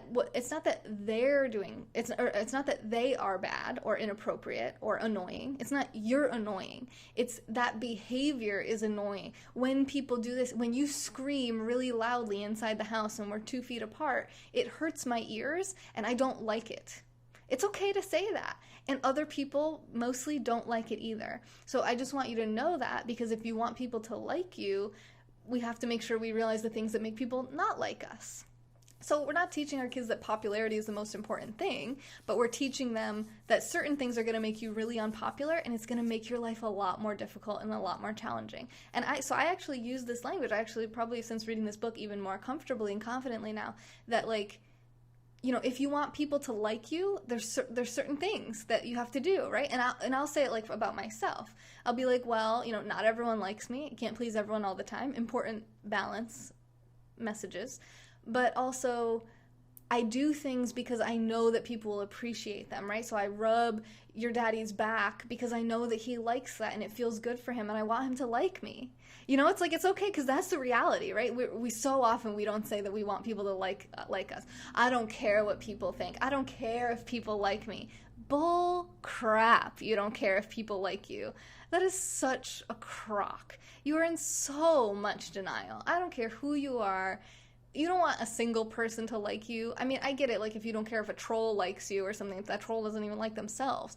But, like, you want someone to like you. I mean, that's just the reality. How much do people do for their parents' approval? You know, you want your kids to like you. You want your loved ones to like you. You want your friends to like you. You want your boss to like you. How the heck else are you going to get a raise or promotion and job security if everyone you work with doesn't like you? I mean, we want people to like us. A self-defense mechanism. I think so too, Lungs. Hi. They just lie because they're just embarrassed. But we're also taught that we shouldn't care. It doesn't matter what other people think. Well, it kind of does. I want people to like me so much, it's unhealthy, right? So yeah, you can definitely go too far in that direction. But that's part of it, right? Is being honest about it and having open dialogue about it and not feeling like, oh, I can't say that I want someone to like me. You know, it's like, you could even say like, oh, I just did that because I wanted you to like me. Like, I just wanted to be... I thought that was the thing that you guys would like me to do. You know, like, I didn't realize that you weren't going to like that. I never would have done it if I realized that it was going to bother you. Like, I don't want to hurt you. I don't want to bother you. You know, letting down our defense, like Lung said. People want love but are ashamed to ask. Yeah, and it doesn't have to be so direct. I know I'm like really direct and blunt and like weird with the way that I just say things, and people are like, that's so weird. Do it your way, okay? But just remember that it's okay, and that when you let your guard down a little and you're vulnerable with other people, depending on who the person is, most people though, generally people are morally good, they will open up to you. They'll feel like, oh, okay, yes, this is a real person with real feelings. I have those feelings too, but I didn't know how to say that. I think that's why I get some traction online, because I say things that other people might be afraid to say, and they're like, oh my God, I've been wanting to say that, but I don't know how to say that. Like, can you help me say that to somebody? Can you help me like find the words or something, you know? And that's awesome. I'd love to help you guys if you have anything to, you know, if you have any questions. Laura just said, I love how you say things so relatable. There's a psychological theory, and I don't know what it's called, I forget off the top of my head, but it's about how when we do something stupid, like when I was shoving grapes in my mouth a few weeks ago and drool just started pouring out of my mouth. It's like the most disgusting thing ever, okay? Like, nobody's like, yay, drool, that was awesome. But people are like, oh my God, that's kind of embarrassing, right? And like, she wasn't expecting that to happen, and I was like very embarrassed. I'm like, oh my God, there's like drool all over me. It was disgusting, and probably my face is getting red just thinking about it. I was like, ah. But the reality is that people, and now this is gonna maybe make you guys, there's also reactance theory. So if I say that you think something or that something is a certain way, you're also going to want to go against me on that. That's normal. That's human. So if what I say you disagree with, that's a normal reaction. But the studies show, the data is in, that me doing something like that actually makes you like me more. Even if you're dead set on hating me. Little things that are like, that make me seem more human and more flawed, it actually like endears me to you, and this is for everybody, because it's not perfect, and we're like, oh, thank God, like, this person's not perfect, so I don't have to be perfect around them or with them, and this is a real person, and you can see that I'm successful, so then you can say, okay, well, this person is like really weird and like not perfect at all, but still successful, and that's encouraging, that's motivating, right? So it's, and if you're stuck in that comparison trap, well, it's easier to compare yourself to somebody with a giant pimple on their forehead than like somebody who looks perfect, you know? GS. Hey, Tiffany, how are you? That's why Failgram app will work. I randomly disagree with you. Love you guys. Okay, so what else do I want to say about that? I didn't expect to like the chapter, but I quite enjoyed it. It's our responsibility to equip our children for success. Everything she says is right. Taylor's using Jedi mind tricks on us, so I'll be doing yoga tomorrow. Some people accuse me of using that on purpose. Like, I didn't, like, they don't accuse me of the drool thing, but it's like, I'm not like, ooh, let me tell you about my failures so that you like me more, but I am more comfortable with sharing and being real and honest and authentic because I've seen that people like it, and now I've also learned in my psychology studies that actually people will like me more. Well, that's great news, because it's so much easier to not have to pretend to be perfect all the time, you know? Stop it, you witch. But I have had people accuse me of, like, I'm manipulating people using psychology, and I'm like, bro. Like, I'm not consciously thinking, oh, I should drool right now so that people like me. Like, you know, you want us to do yoga, Taylor, admit it. I would love for you guys to do yoga. I should be doing more yoga, too. All right. Social skills are important to success. Remember to focus on the behavior. And then I put a link in my YouTube video that we're live on right now, so you guys can check it out. If you're on Periscope, jump over to YouTube. There's a link to my review about The Self-Driven Child, which is a book I highly recommend. 5-star book, such a good book. Oh my God, love that book. And it's about how to teach your children how to control themselves rather than trying to control your children. And I think that really complements this chapter really well, and realizing that, we're responsible for our children's social abilities. So let's do the best we can.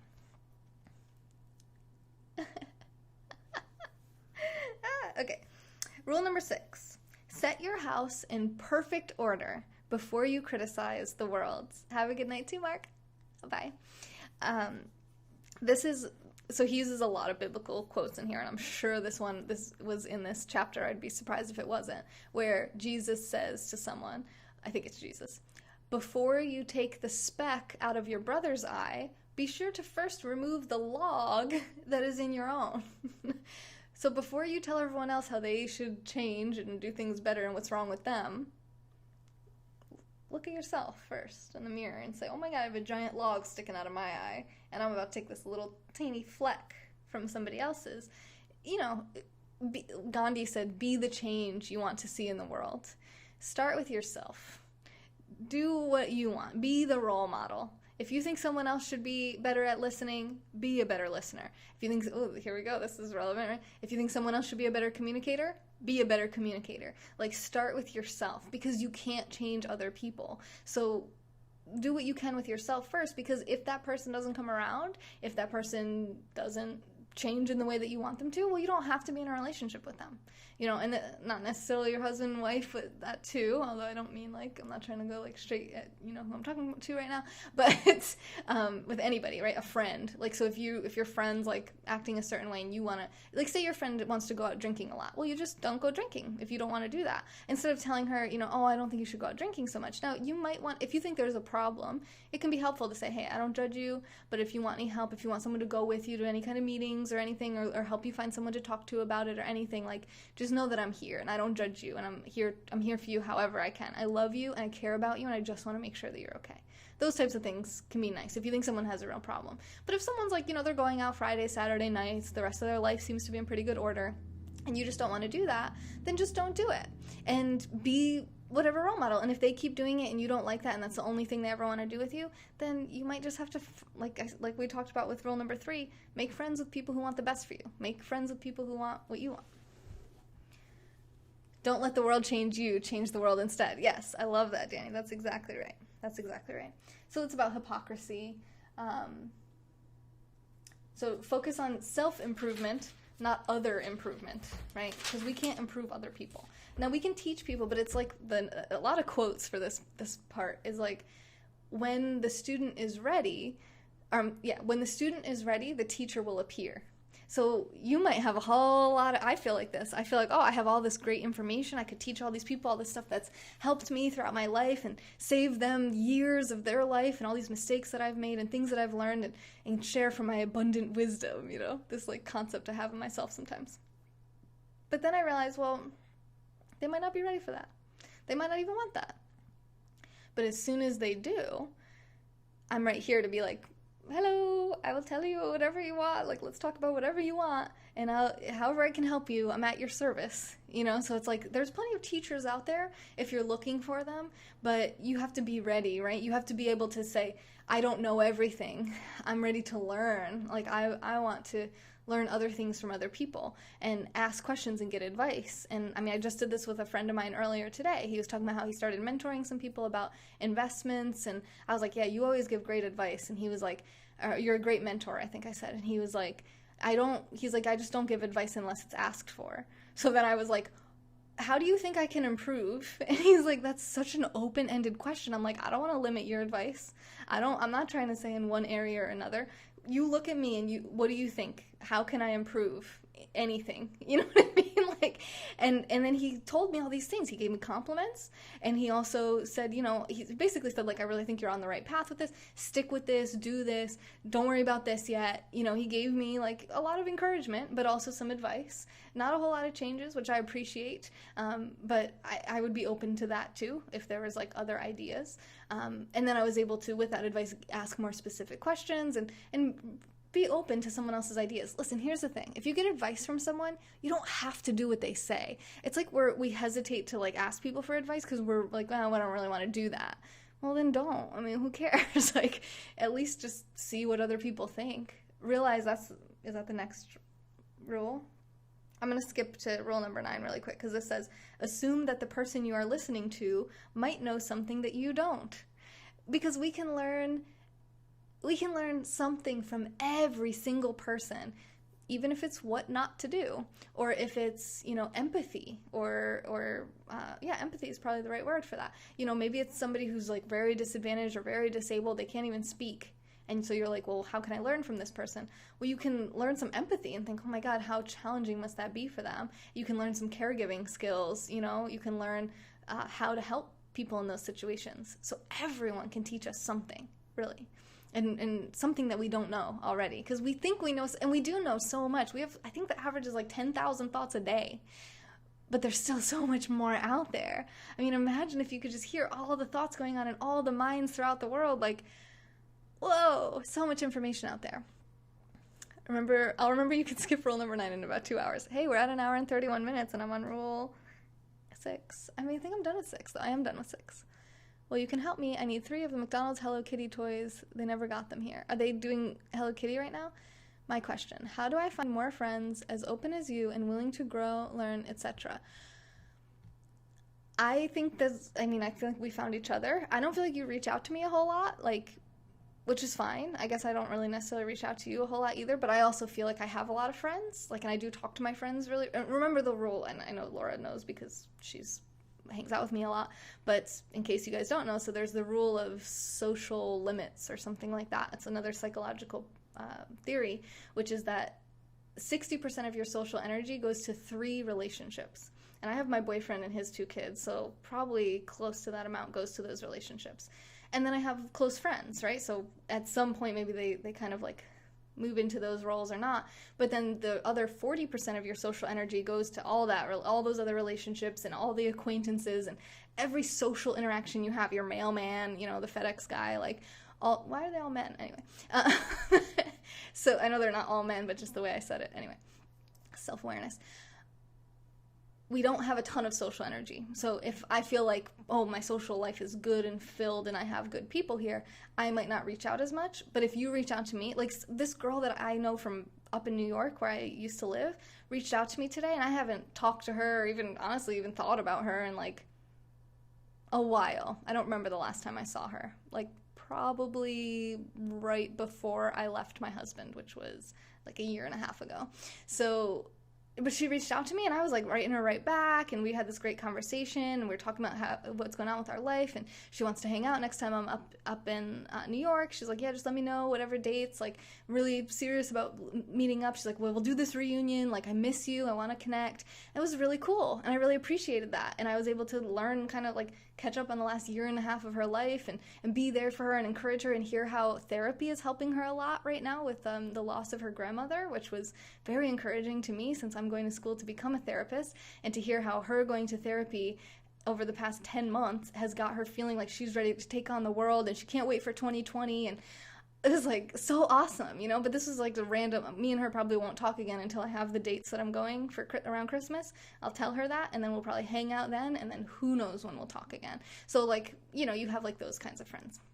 So in terms of like finding friends who are similar to you, if you're a very unique person, which I would say you are, I think that you and I are a lot alike, and I feel very unique. I don't even necessarily think my friends are similar to me, but they have things that I like about them, is to reach out to them and to just build that relationship, and don't feel like you're going to be annoying, because if you're annoying, they won't respond to you, or if they're not like wanting another friend, they're not going to respond to you. So for me, like if you want to build a stronger friendship with me, reach out to me more. And then people that I think are really cool friends that I have are like Brittany's Quest, Steph Taylor Live, Sonam, Dan on Fleek, Kieran, Ed. I mean, these are 6 people from Periscope that I think that you could easily reach out to and maybe build friendships with as well, that I really value their friendships, and I'm not impressed with people all the time, and I'm impressed with all 6 of those people, so, and all for different reasons, so it kind of just depends on what you're looking for, I think, but I would say that they're all open, as me, and willing to grow, learn, all that stuff, for sure. Learn every minute. Are you waiting for Irishman? What does that mean? I don't think I'm waiting for anything. I just don't want to bother you. I feel inadequate, probably. That might be part of it. Yeah, I don't know why you would feel inadequate. I said to you not too long ago when we were talking, like, I love that you found all those studies and sent them to me, and yet it took me, like, weeks to actually get to, like, I forgot, honestly, right? I just forgot to, like, go through the studies, and then when I did, it was like, I sent you all these long audios, it was like, yeah, let's talk about this, let's beat this thing up, like, let's talk about these ideas, and it's like, I mean, even of all the people that I just listed, I don't think any of them have ever sent me, like, 5 back-to-back, just, here's a study, here's a study, here's a study, here's a study, here's a study, what do you think? I mean, that was awesome. Like, I loved that. I was like, that's so cool. So I definitely don't feel bothered anytime you've reached out to me. Some people reach out to me and I feel like, okay, you know, I check my messages on Mondays, so it might take a week to get back to people a lot of times. Not everybody is at that level, though. I mean, like, if Ed reaches out to me, I respond to him the same day. A lot of my close friends, same thing. But, you know, I can't respond to 100,000 people every day. I'm 0.01% of your social relationships. I'm so proud. But that's another thing, Peter, is like, you found this channel, you've been hanging around, you're a super fan now, so you've been in here a lot, and it's like, me and you are actually closer than the vast majority. I mean, probably, how many followers I have? Definitely at least 100,000 people that follow me, and probably more. I mean, you're in the top 10 of people that I'm close to on Periscope right now. You know what I'm saying? Like, you can basically befriend someone who's open to being befriended very easily, especially in online communities, I think. I should say I do have friends. I want them to be more like you, have deep conversations. Then you just need new friends. Yeah, I enjoy you too, a lot. I appreciate you here, yeah. And you can reach out. Hi, Matt. Wait, what about you? What do you mean? Same thing for you. You're in the top 10 too. Yay, Emily. So, like, people, like, if you listen to podcasts that you like or authors that you like, reach out to them. You might become friends with them. A lot of them might be kind of famous and stuff, but who knows? Some people think I'm like someone said to me on Instagram the other day, like, do you want me to stop messaging you? And I was like, no, why? He's like, I just figure you get a lot of messages. And the same kind of thing Laura's saying, like, I don't want to bother you. And I'm like thinking, bro, like, I don't get that many messages. Maybe like 50 different people message me in a week. 50. Out of 100,000, whatever I have on Periscope followers. It's not hard for me to get back to 50 people on one day in the week. I just go through. A lot of them are really simple things. I'm just liking the messages or sending a little GIF response back. You know, it doesn't usually take a whole lot of time to have a conversation, like, kind of go back and forth.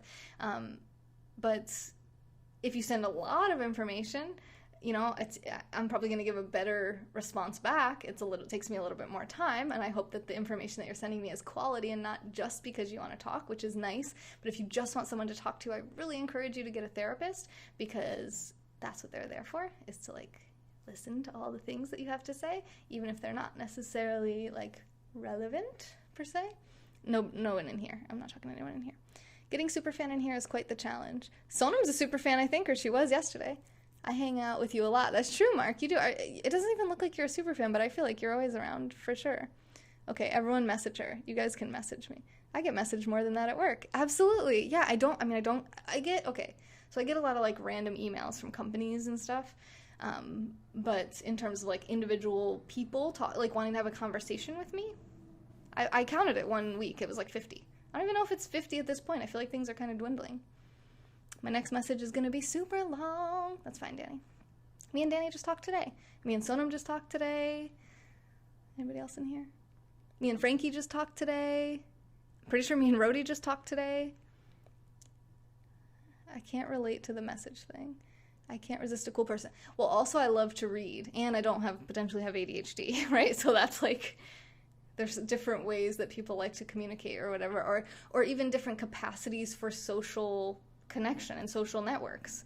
You know, some people might be more like, okay, I want to have my close little knit group, and I'm happy with that. Actually, when I took the Strengths Finder test the other day, there was a lot of things that said, like, you might just have your close-knit group of friends and you're just happy with that, you know, and I am happy with that, but at the same time, I'm interested, I like to absorb information, so I'm, like, interested to know what everyone's saying, and then I also view it as, like, my job to get back to my messages, too, so I'm, like, Mondays come, and I'm like, not every message is super enlightening, right, but I like to be able to connect with people, and then today I put up a thing on Instagram about how I had kind of, like, a stressful interaction earlier today, and people sent me so many nice messages. Jairus, why did you go live right before me? I wanted to go in there. What the hell? I'm just kidding. Hi, Jairus. I was like hitting go live, and I was like, Jairus went live. It's like, if all the cool people are on right now, then why am I going on? And I'm like, me too. We're all going live. Let's just go live at the same time. That'd be fun if we coordinated that all one time. If like 15 of us were just like, let's all go live at the same time. Let's just mess with everyone's heads. I'm constantly concerned that I over-message people. At least, whoa, Danny, whoa. That's what she's saying. Okay, Sonam can talk about Sonam. You talk about Danny. Good to see you, my friend. Yes, mass coordination. That would be actually really fun, I feel like. I have enough devices to watch everyone at once. Yay! Frankie has, oh my god, did you see that thing on TikTok where the guy's like, Apple, Apple, Apple, Apple, Apple, Apple. Anyway, it's like putting all the Apple devices. It's like iPad, iPad, iPad, iPad, and then it's like, you know, they progressively get smaller. It's like the iPhone 5 on top. All right. Anyway, where are we? I don't even know how any of that came to be, but focus on improving yourself. Don't worry about changing other people. And if, it came up because Laura was asking that question. So if you don't like something about somebody else, or you don't like that they, you know, that you don't like that, like some people, so like Sonam says, oh my god, I don't know how you get back to all those messages every week, but then some people give me like a hard time. They're like, oh, hey stranger, and I'm like, hey, what's up, like we just talked last week, like it's literally been 7 days, and I'm live every single day, 3 hours a day. You can come in there and talk to me all you want every single day. And they're like, oh, like I just feel like it's so long since I've heard from you, and I'm just like, you're a drama king. Is that Dave? Hi, Dave. Like, bro, I'm sorry. I'm not even sorry, though. Like, I'm doing the best that I can. I don't know anyone else who does this, so cut me some friggin' slack, you know? If it's not enough for you, then talk to somebody who's gonna get back to you every day. You know, my guess is that Wolf Puppy probably responds a lot quicker and more often than I do. Go talk to Wolf Puppy, then. I'm sorry. I'm doing my best. You know what I mean? Like, I want to, my friend Taylor. Oh, I love that, Laura. Yeah. Yeah, me and Ed will, like, if we're, like, drinking juice or something, we're like, Laura would kill us right now, or something. I think of you almost every time I'm cleaning out the blender. I'm like, I can't talk about you because I don't talk to anyone but Periscope. Me and Dan are gonna meet up for, actually, like, meet up face-to-face, in person, friend hangout on Black Friday, which is gonna be a lot of fun because I, like, never do that. Thank you for inviting, Jairus. How have you been? I think some people get the idea that if I don't respond, I don't care, which is untrue. I can't speak to what anyone else thinks. Usually you respond to me, but there's definitely been times, like seasons where you don't as much, and I do, but for me, I feel like maybe I just need to give her some space. You know, I never really felt like, oh, she doesn't care about me. I feel like that's a very entitled thing to think that, like, you are so important in someone else's life. You know what I mean? Like, Sonam should be responding to all my messages because I am important and she should care about me. Like, okay, well, Sonam probably has shit going on in her own life too. She probably has other things that she cares about in her life besides you. Like, you're not the center of anyone's world but your own. So chill out, give her some space, but still reach out to people every so often. I think that's what I've done with Sonam anyway, and with other friends. Like, and Katie is the same kind of way. Like, there's certain times where she just kind of, like, ghosts me for a while, like, maybe a few months, and then something will make me think of her, or she'll reach out to me or something, and we'll reconnect. And then we're talking, like, no, maybe every day again or something, and now we're, like, doing challenges with each other on Fitbit, and it's, like, I think, you know, if you're gonna get all your panties all in a bunch, you probably don't have very good social skills. And you might be stressed out because not a lot of people seem to want to talk to you. Well, work on your social skills. And if you're worried that might be you, ask me, because I will be very honest and tell you if I think your social skills could use some improvement. It's not easy to hear, though, so only ask if you really want to know what I think. I text you whenever. I want, but I try to leave you alone or text you on Insta when you'll see it on Monday. Oh my god, Katie got engaged? She did. We'll need recap on the rules soon. Okay. So that's what I think about friendships. Mine definitely need improvement. No, I like yours, Jairus. I think yours are good. I don't wear panties. All right, well, Mark Gage is not wearing any underwear right now. He's going commando, and now we all know. Now we all have the image in our head. You're welcome. Gonna text Sonam now, see how long it takes her to reply. I've realized that people who know me well understand that it's much deeper than not responding. Yes. And also, Sonam is popular. So Sonam actually does, I think, has very good social skills and very good emotional intelligence. And she gives good advice, and she's a good listener. So she probably does get a lot of people messaging her. And that's overwhelming, right? Because she wants to spend a good amount of time with you, having a conversation, listening to you, giving you her full attention, where I'm going to take 15 seconds to a minute to reply to you and then like go on to the next message. I'm like all about how quickly can I get this done. It's like an assembly line, message. Boom, boom. How fast can I type? How fast can I get this over with almost? Not that I'm like, I don't want to talk to you, right? But if it's like something where you're just like if it's like I posted something on my Instagram story and you like hearted it, then I'll like heart the fact that you hearted it and move on, right? Because it doesn't require like, I don't have to sit there and be like, how have you been? How's your mom? How's your kids? How's your dog? Like, not that I don't care about those things, but just know you guys can tell me anything that's going on in your life, tell me, because it's really hard to remember all the details of everyone's life when I talk to so many different people every single day. And I do genuinely care as much as I can care about people I barely know. Makes sense, right? Like, we got to be realistic about this too. Like, if we don't know each other that well, like, you know, like there was someone the other day, I blocked him on like 5 different accounts. Like, I don't really care that much about like what that guy thinks because he was sexually harassing me, objectifying me, insulting me, you know. I don't really care that much about that dude. But most of you guys don't fall in that category, right? There's an actual thing called texting anxiety. Really? Interesting. What is it? What does that mean, texting anxiety? You're Seb? Have you told me that before? I'm so sorry if you have.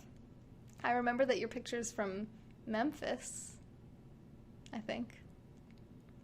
I'm suddenly having a lot of doubt about this. Okay, rule number 7. And then I'll recap the rules at the end. Pursue what is meaningful, not what is expedient, which I literally just said I like to do things expediently. When Taylor don't feel like going to the gym, I need to be her hype guy. I went to the gym today and yesterday. Boom. Take that. I went live while I was there today, but not yesterday, but I swear my muscles here hurt from doing it. Yesterday was chest, shoulders, triceps, and core, and today was treadmill. And tomorrow will be legs. Dave, why'd you have to bring that up? I hate leg day. Leg day is the worst. Can I get an amen? I text you and anxiously wait for the response, which is texting anxiety to me. Oh, wait. Are you saying that happens with us, Frankie? Or you're saying that's what you think texting anxiety is? And does that happen to you? Go, Taylor. Go get fit before Thanksgiving. Actually, I already had Thanksgiving, kind of. When do I do abs? Every time I do weights, I do abs. So, at least 3 times a week.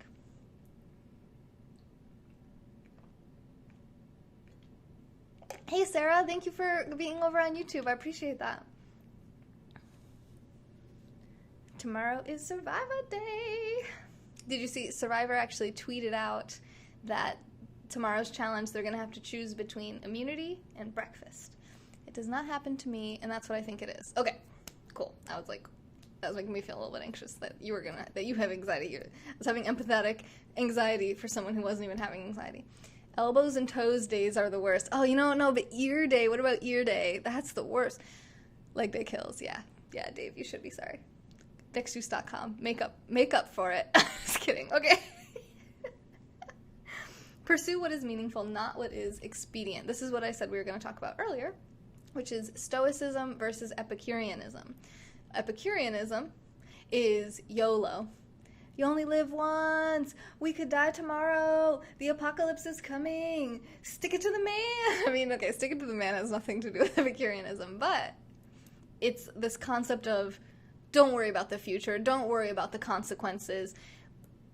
The pursuit of pleasure is the purpose of life, is to have as much pleasure and as much extravagance and just over the top, everything that I can indulge in. Indulgence is a great word for Epicureanism. That I can get my hands on today as soon as possible. No delayed gratification. I want everything now. I want all the rewards, all the benefits now. No real concept of patience, putting off gratification, delaying gratification, which means like you want to lose weight, right? But it's not going to happen immediately. So you have to delay that. You have to realize that you have to start eating right and exercising and getting good sleep and meditating and all these other things I think that are important as well. And then in the future, you'll have the thing that you want. My degree, getting licensed as a counselor is going to take me at least 4 years total. Luckily, I'm halfway through the first year, but that's still 3.5 years away. My gratification of my payoff from all this hard work I'm doing is years into the future. I have to be able to delay that in order to get through the hard stuff now and keep that end in mind and say, okay, and not just say, oh, well, I don't want to go to school for 4 years, so I'm just like not going to get the thing that I want, right? So Stoicism is putting things off to the future, delaying pleasure, delaying the good things, and being willing to sacrifice today so that you can have what you want tomorrow, but probably not tomorrow. You can pay $25,000 and get it by Christmas. I saw a promo. What the hell? I thought YOLO meant yummy ornamental ladies on me. What? I'm lazy, can't lose weight. Okay. You will enjoy it even more later than you would now. I think so too. I think that when you realize, like, yo, I made it, like when you see the amount of work it takes to get to that, you definitely feel proud, for sure, and you enjoy it. I know you hate push-ups. I do hate push-ups, and my push-up muscles are very sore right now. So I don't really subscribe to one or the other, right? I obviously don't subscribe to Epicureanism, but I also don't subscribe to Stoicism completely. I don't think that you should sacrifice everything and just complete minimalism and wait till the future, because the future never really comes, right? Like tomorrow never comes because now it's today. And then we're like, okay, well, tomorrow. And it's like, okay, it's today. Same thing with procrastination, but the reverse, where I think it's important to celebrate progress, even small steps, because your brain only releases dopamine when you have success. So if you're always pushing success off into the future, you're going to stop being motivated, because dopamine is connected to motivation and drive and the ability to do the hard things to get the thing that you want. So if you want to be able to keep doing hard things and keep having big payoffs, you have to have some kind of reward or success or victory feeling or sensation or reward. So I play crossword games on my phone for almost every single day. And like whatever, I watch Netflix at night before bed almost every single night. And not like a ton, not like hours, but whatever. If you watch hours, whatever. I'm not trying to judge you. If you work 12 hours, you watch 2 hours of Netflix, I don't care.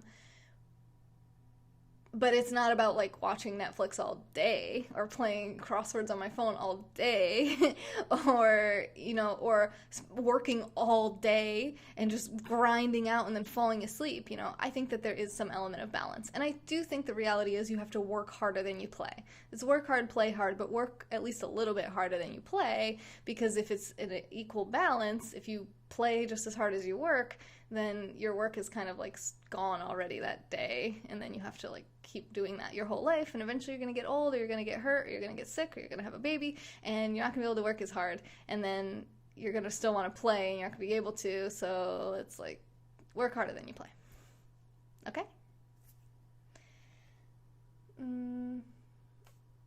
Oh, and he's talking about meaning, so connecting with meaningful things. Do what is meaningful, not what is expedient.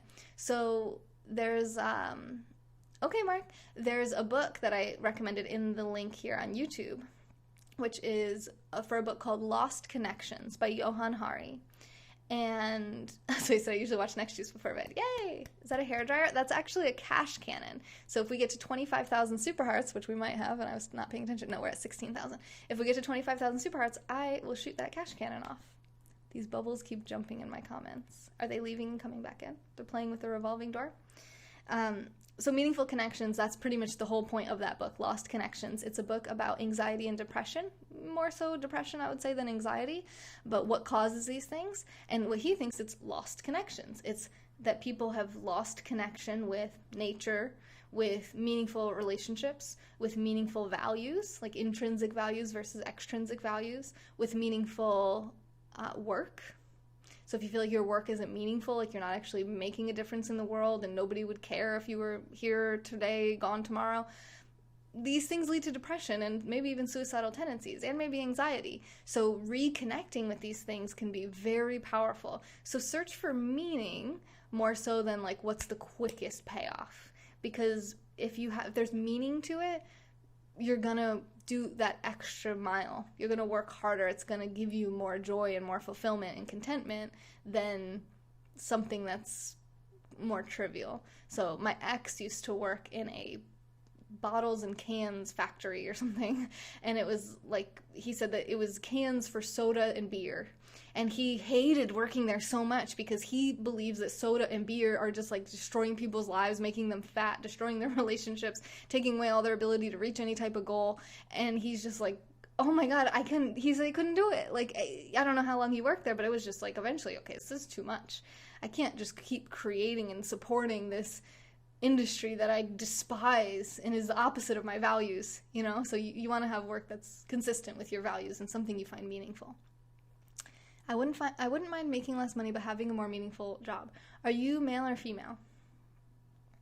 Because I feel like that's more consistently something that females think. Men seem to me more willing to sacrifice for income, and that's probably biologically driven because when women have children, the men kind of have to like provide more resources during that time while the women are somewhat incapacitated from being pregnant and then having children and raising young children. So the men oftentimes really, really value accrual of resources. And women actually value men with more resources than men care about women's resources. So like if you ask a man, what's important to you in a mate, they actually a lot of times don't really even care if the woman is like financially independent or producing financial resources at all. They care about other things, maybe like fidelity, maybe being a good mom, something like that. But women much more frequently say he's got to have like he's got to be able to like cover himself, you know, he's got to be like financially independent. I'm potentially going to be taking care of some kids. I don't need to be taking care of him too. You know, like he needs to be able to take care of us, and that's actually, you know, financially, and that's actually very much often drives men to want to produce more and have more resources. That's society putting pressure on men. We all want meaning over money. But why not have both? Why does it have to be meaning over money? I don't understand why those two things are inconsistent with each other. Because things that are the most meaningful should be the most valuable and should therefore be worth the most. You have Fidelity Insurance? All right, Zig. You forgot about being hot. Yes, and actually men tend to value younger mates and women more older.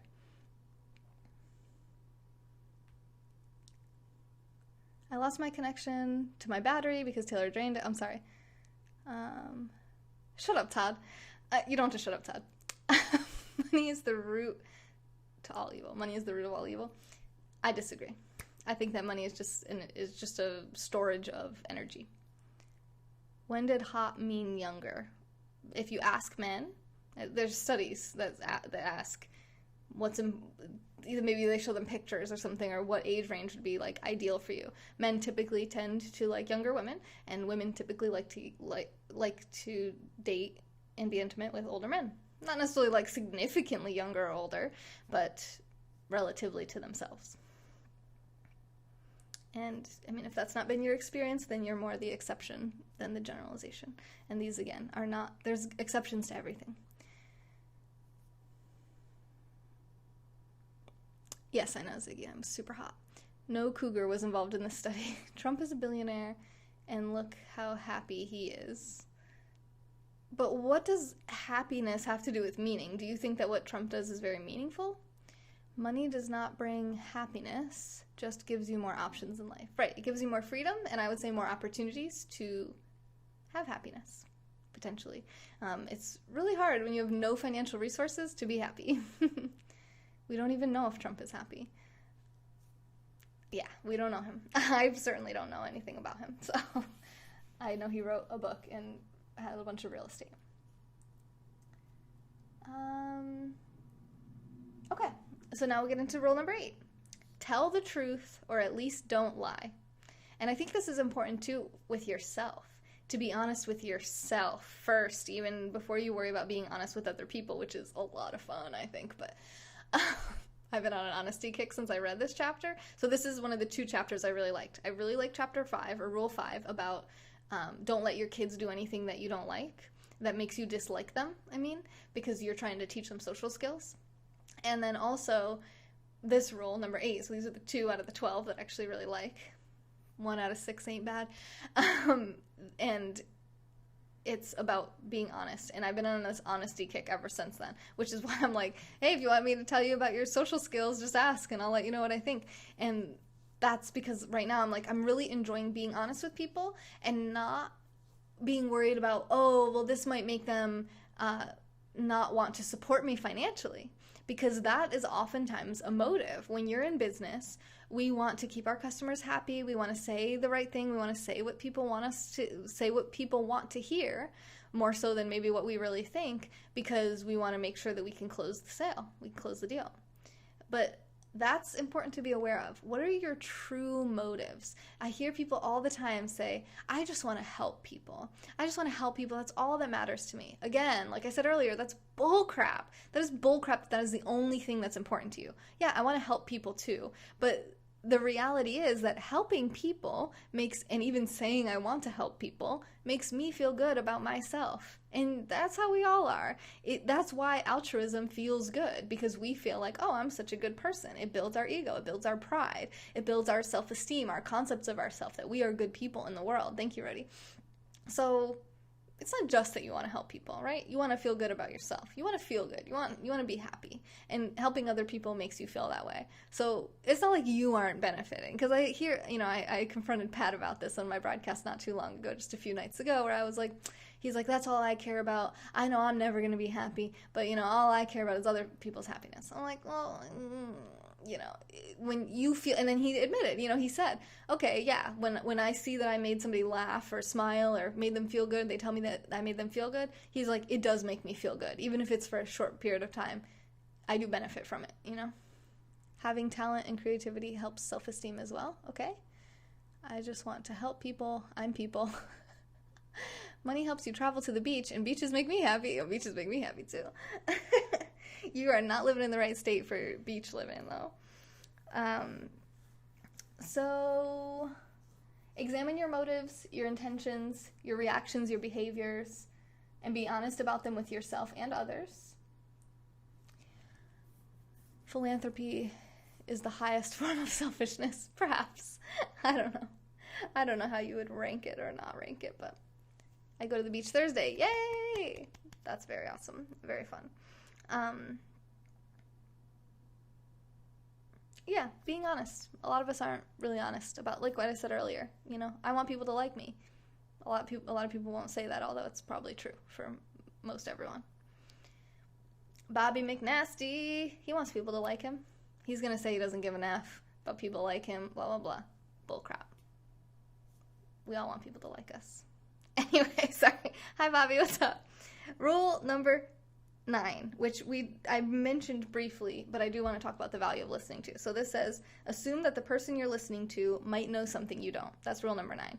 I talked about how we can learn something from, he's like, nah, I prefer they do. Yeah, right? We don't want to be disliked. We want someone to like us. Hello Kitty for, what the hell, Emily? I talked about how we can learn something from everyone, even if it's what not to do, or teaching us empathy or caregiving. But now I want to talk about the value of listening. So there's a lot of people, FileMaker? What is that? There's a lot of people that don't have anyone to talk to. So what happens is when they're talking, they're actually thinking. Talking helps people think. A lot of people. It definitely helps me think, which is why I'm a broadcaster. So realize that when someone's talking to you, you don't always have to say stuff back. You can just listen. FileMaker means fuck 'em? What? Okay, Emily. So actually listening to them, listening to what they're saying, the reality is they probably already know the answer or the solution to whatever they're talking about, but they just have to Spell check. It was one word. It was capitalized. Okay. Welcome back, Mark. They're just trying to think it through. It's their process. Let them get there on their own. If they ask you a question, answer. Don't just be like silent. Oh my God, I can't speak. I'm not allowed to speak. But listen to them. Let them figure it out for themselves. This is why therapists are so helpful, because a lot of people that go to therapy, they don't have someone they can talk all this stuff through that isn't going to just interrupt them and give them a bunch of advice every time they stop speaking for a second. So they go to a therapist because that person basically sits there and listens. And people will say, oh, that was a great session, doc. Thank you so much for such a great therapy session. And it's like they didn't even say anything, right? But they just created a space in which that person could speak freely. And the reason it's helpful for us to talk, to think, I don't know, Bobby. I know that I don't want it to be about how much of a slut I am. Just wanted to, oh, okay, Mark, that's fine. Is that it's really hard to argue our own points. So in our own head, we have an idea, or we have something that we want to do, and it's hard for us to think about all the reasons that we shouldn't do that, or all the different things that we could do. So we're like, true thinking would be us. Yeah, exactly, see now. Thank you. But neither is Doe. True powerful thinking in its ideal sense is that we have this avatar of ourselves, and we can project into the future what we think some potential outcomes might be. So we say, okay, I want to jump off the roof. All right, so here's what might happen if I jump off the roof. But then we have to be able to create other avatars like that, these images of ourselves in our mind that have a different outcome or do something differently. And this is really challenging to do in your own head. It's much more easily done out loud. Speaking to someone, well, I could do this, or I could do this, I don't know, maybe this would happen. It's just easier to kind of stay on one track when you're speaking out loud. So talking and writing are powerful, powerful tools for thinking. And I encourage you to make sure you have a good listener to talk to, and if you're not paying them, then in turn be a good listener for them as well, and write things down. Do stream of consciousness writing. Just write down every single thing that comes into your head, and stop censoring and stop worrying about whatever it is, and put it out there, because you'll be surprised when you can see your thoughts looking back at you and say, whew, I'm a little bit hard on myself, or something, you know? I've never done that, but know people who do. I'm not sure what we're talking about, what you mean by that.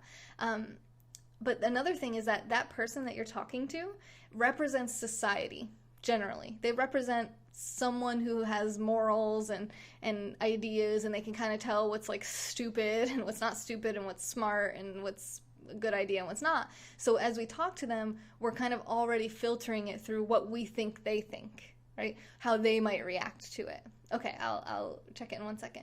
So we're saying things and we're saying it out loud. We're going, okay, that's really stupid. It was actually not that big of a deal. I don't need to make a big deal out of this. I'm just going to leave it. You know, because we realize once we say it's a big deal in our mind, oh, this person's so nasty and I just want to punch them. And then we say it out loud. They said I look silly, you know, and you're just like, oh, that's stupid. Like, I said it out loud, and it's like, that's the stupidest thing ever. You don't punch someone in the face for something so stupid. So that's kind of like what a therapist represents, right? They just represent a person in society who can tell if you're saying something unhealthy or dangerous or stupid. Do I talk out loud to myself? I do private talk sometimes. So private talk is when you talk yourself through something, and we usually only do it when it's something challenging, something new. And I mainly do it when I'm doing statistics homework. But I do it some other times too. If I feel like a lot's going on in my mind, I haven't been meditating or something, and I'm trying to sort through a lot of things. Okay, I got to do that, then I'll do this. And sometimes I do that if Ed is in the room, and I feel like he's going to try to talk to me, or he's been talking to me, and I'm like trying to just not like listen or talk right now. I'm just trying to do my thing. I'll like talk to myself so that he knows that I'm in the process of something. Because if I'm silent, he might think, oh, I can just talk now. But I'm like, I'm not ready yet to be a good listener. I need to just, okay, I'm going to do this, I'm going to do that, and this. Okay, all right, cool, all right, what's up? You know what I mean? Like, so sometimes I do that, which is maybe talking to him. Is that passive aggressive? I'm not sure. That's why it's funny. Hi, Linda. My neck is freezing. I've never done that, but know people who do. Oh, about talking to yourself? Wow, okay. Stupid is what stupid does. You don't have to say anything back. Therapy sounds easy. Should I mute Bobby McNasty? Definitely not. Yeah, so private talk is something that starts around age 3, I think. And kids will do it when they're doing something new. They're trying to, okay, so that doesn't go there. I need to put it this way. Yes, okay. And if you have young kids, apparently you'd have heard them do that. What would Jesus do? Definitely not block Bobby. He would probably have dinner with Bobby and wash his feet. All right.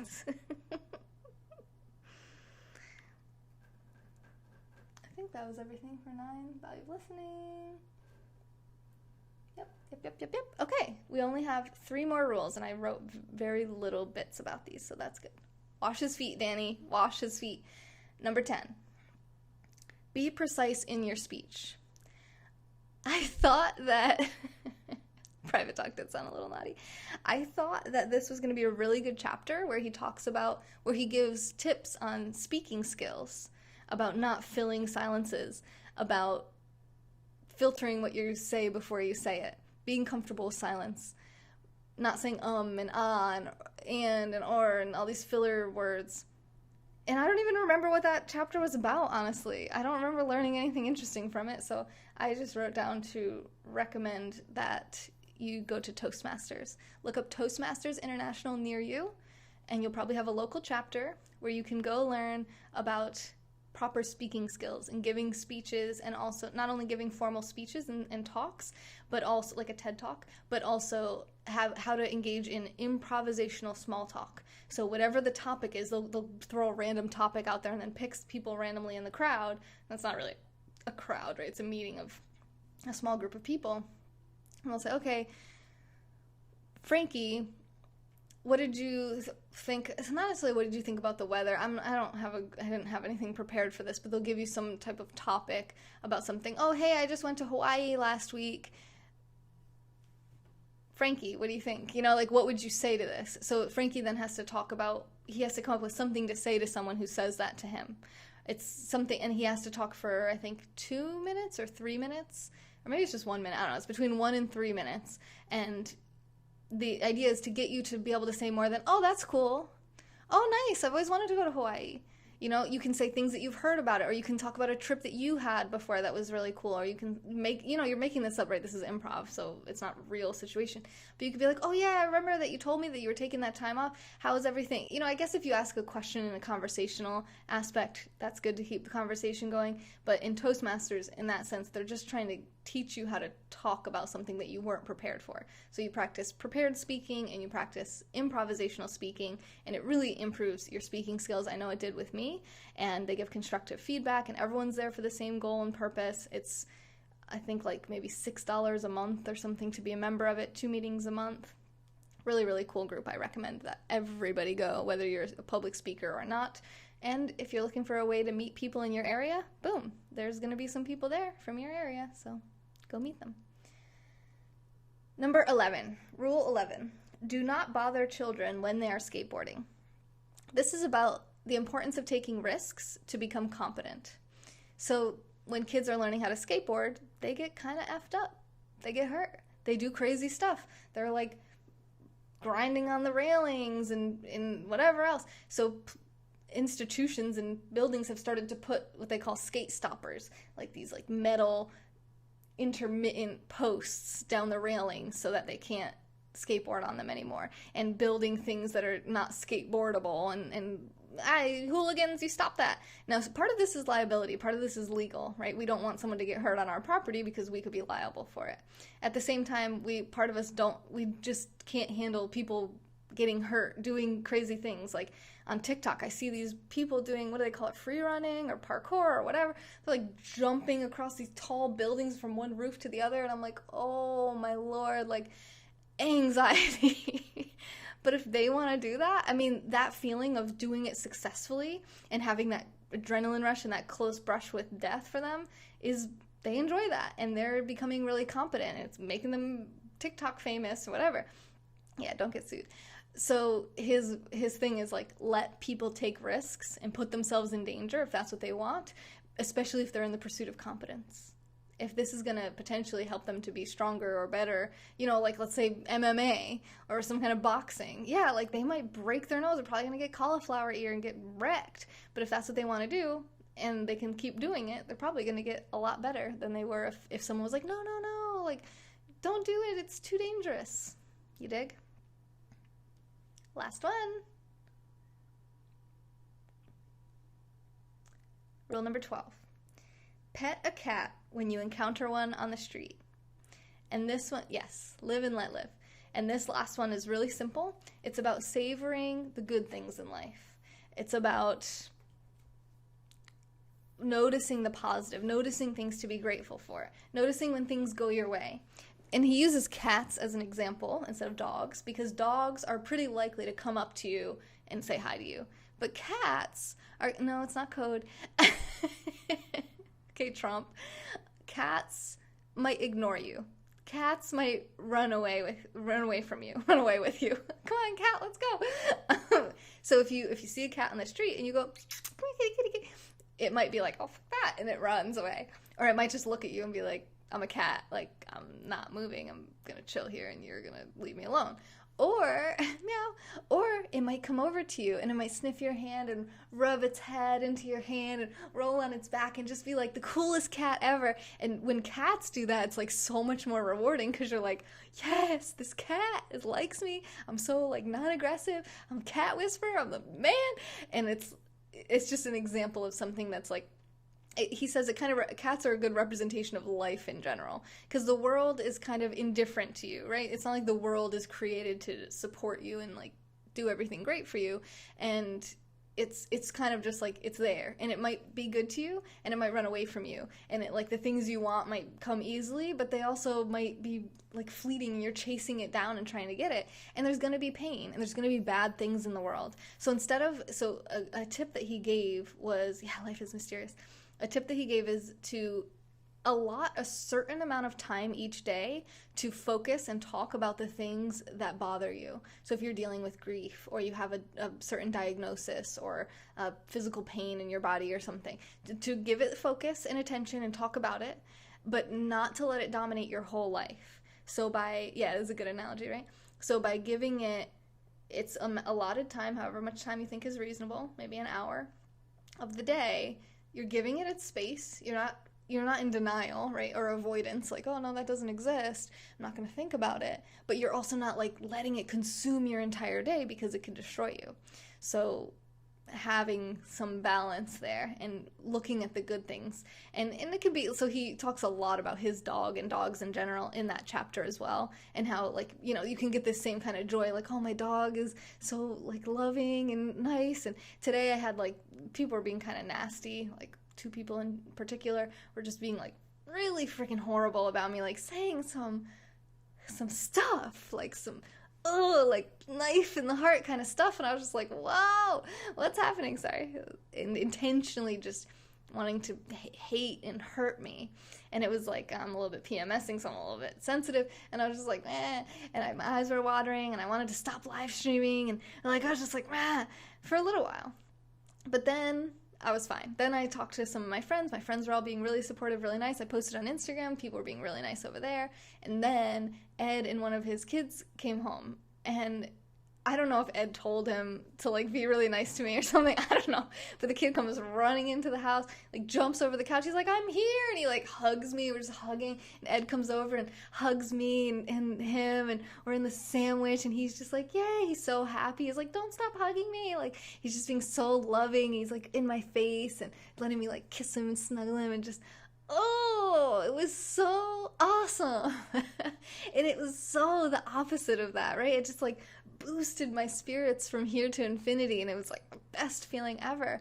So it was a perfect example of this. Just focus on the good things, right? So some people might hate us or hurt us, or things in life outside of our control. Obviously other people are outside of our control, but even things like cancer or heart attack, I mean, I guess some people think, okay, you can prevent that with healthy living a little bit, right? But regardless, like, let's say car accident, a fluke, like there's ice, something really truly unpreventable, and that can happen to us, and it probably will. Something's going to happen that's going to hurt us or harm us in some way, whether it's a person or not, and we can't control that, and we can't prevent it, and it's going to happen.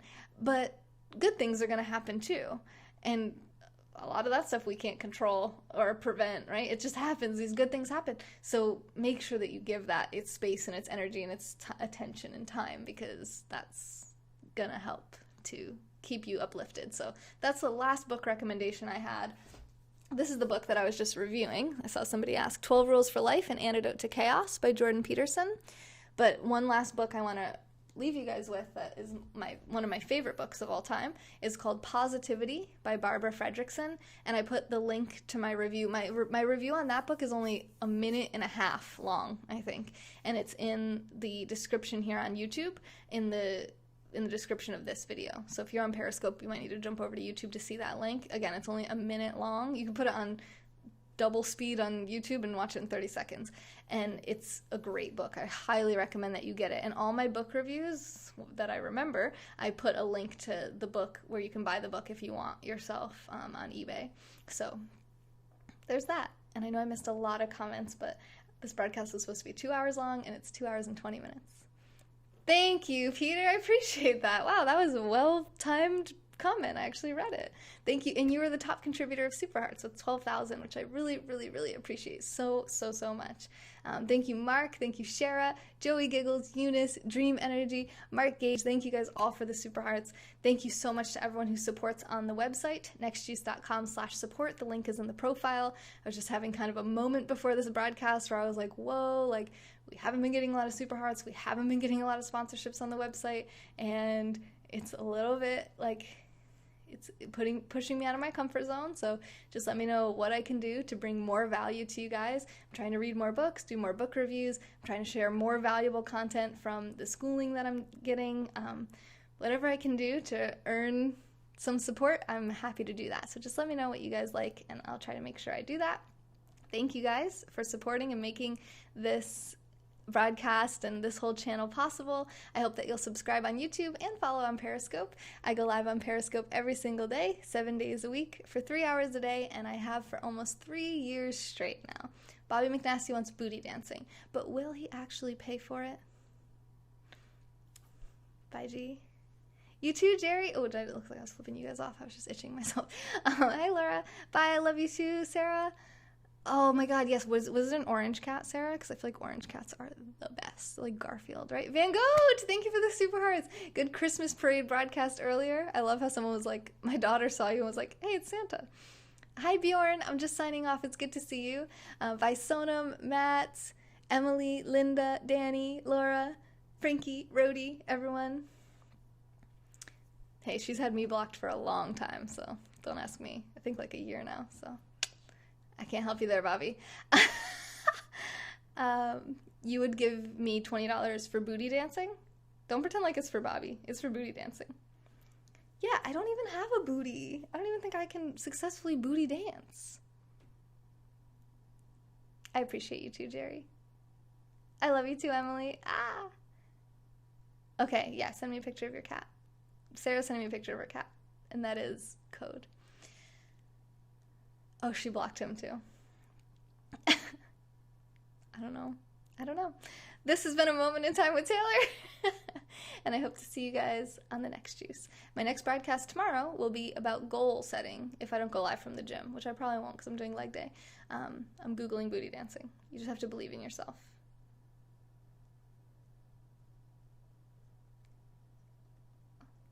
Goals! Yeah, we're going to talk about goals. Monthly goals, which we do on here every single month on Periscope. So follow me. This has been a moment in time with Taylor. And a whole bunch of perverts. Bye! Actually, not as many as earlier when I was on the treadmill. Thank you, perverts, for not showing up on this broadcast. What time will I be broadcasting tomorrow? Damned if I know. Bye! It's been longer than a moment. Okay, it's been a long, long moment in time. Thank you, Bobby. You're good stuff, too. Real, recognize real. Oh my god, why did I even say things? This is the beauty of live streaming. I can't edit that out. Oh my god, go home, pervs. Treadmill rocket? What the hell's happening right now? Okay, bye! Sorry, Peter, I don't know. I'm probably not going to be awake until at least noon. I didn't get home from the gym today until 3, but we have the kids tomorrow. So probably later at night. That's my guess. Sometimes I can sneak in a little broadcast during the day before they come home. Maybe like an hour. between 2 and 4-ish. Why did that just get all blurry? Duo Dad, what did you do? Why did you do that? Okay, we're back. Oh, yeah. Oh, that's actually, I think you might be trolling, but actually that's a good idea. Let me just recap the rules really quick. So we can pretend like we talked about this book for 2 hours. Stand up straight with your shoulders back. Treat yourself like someone you are responsible for helping. Make friends with people who want the best for you. Compare yourself to who you were yesterday, not who someone else is today. Do not let your children do anything that makes you dislike them. Set your house in perfect order before you criticize the world. Pursue what is meaningful, not what is expedient. Tell the truth, or at least don't lie. Assume that the person you're listening to might know something that you don't. Be precise in your speech. Do not bother children when they are skateboarding. Pet a cat when you encounter one on the street. Not code. See you on the next juice. Yes, Bobby's going to come up with his own 12 rules for life, so follow him too. And Sonam. Sonam's probably going to go live on TikTok after this, unless I already missed that. That is a cash cannon. Oh wait, pink? Oh my god, I can't point with this thing. Those are yoga blocks. Am I sweating? Wow, we really got into it. Okay. Bye. Bye.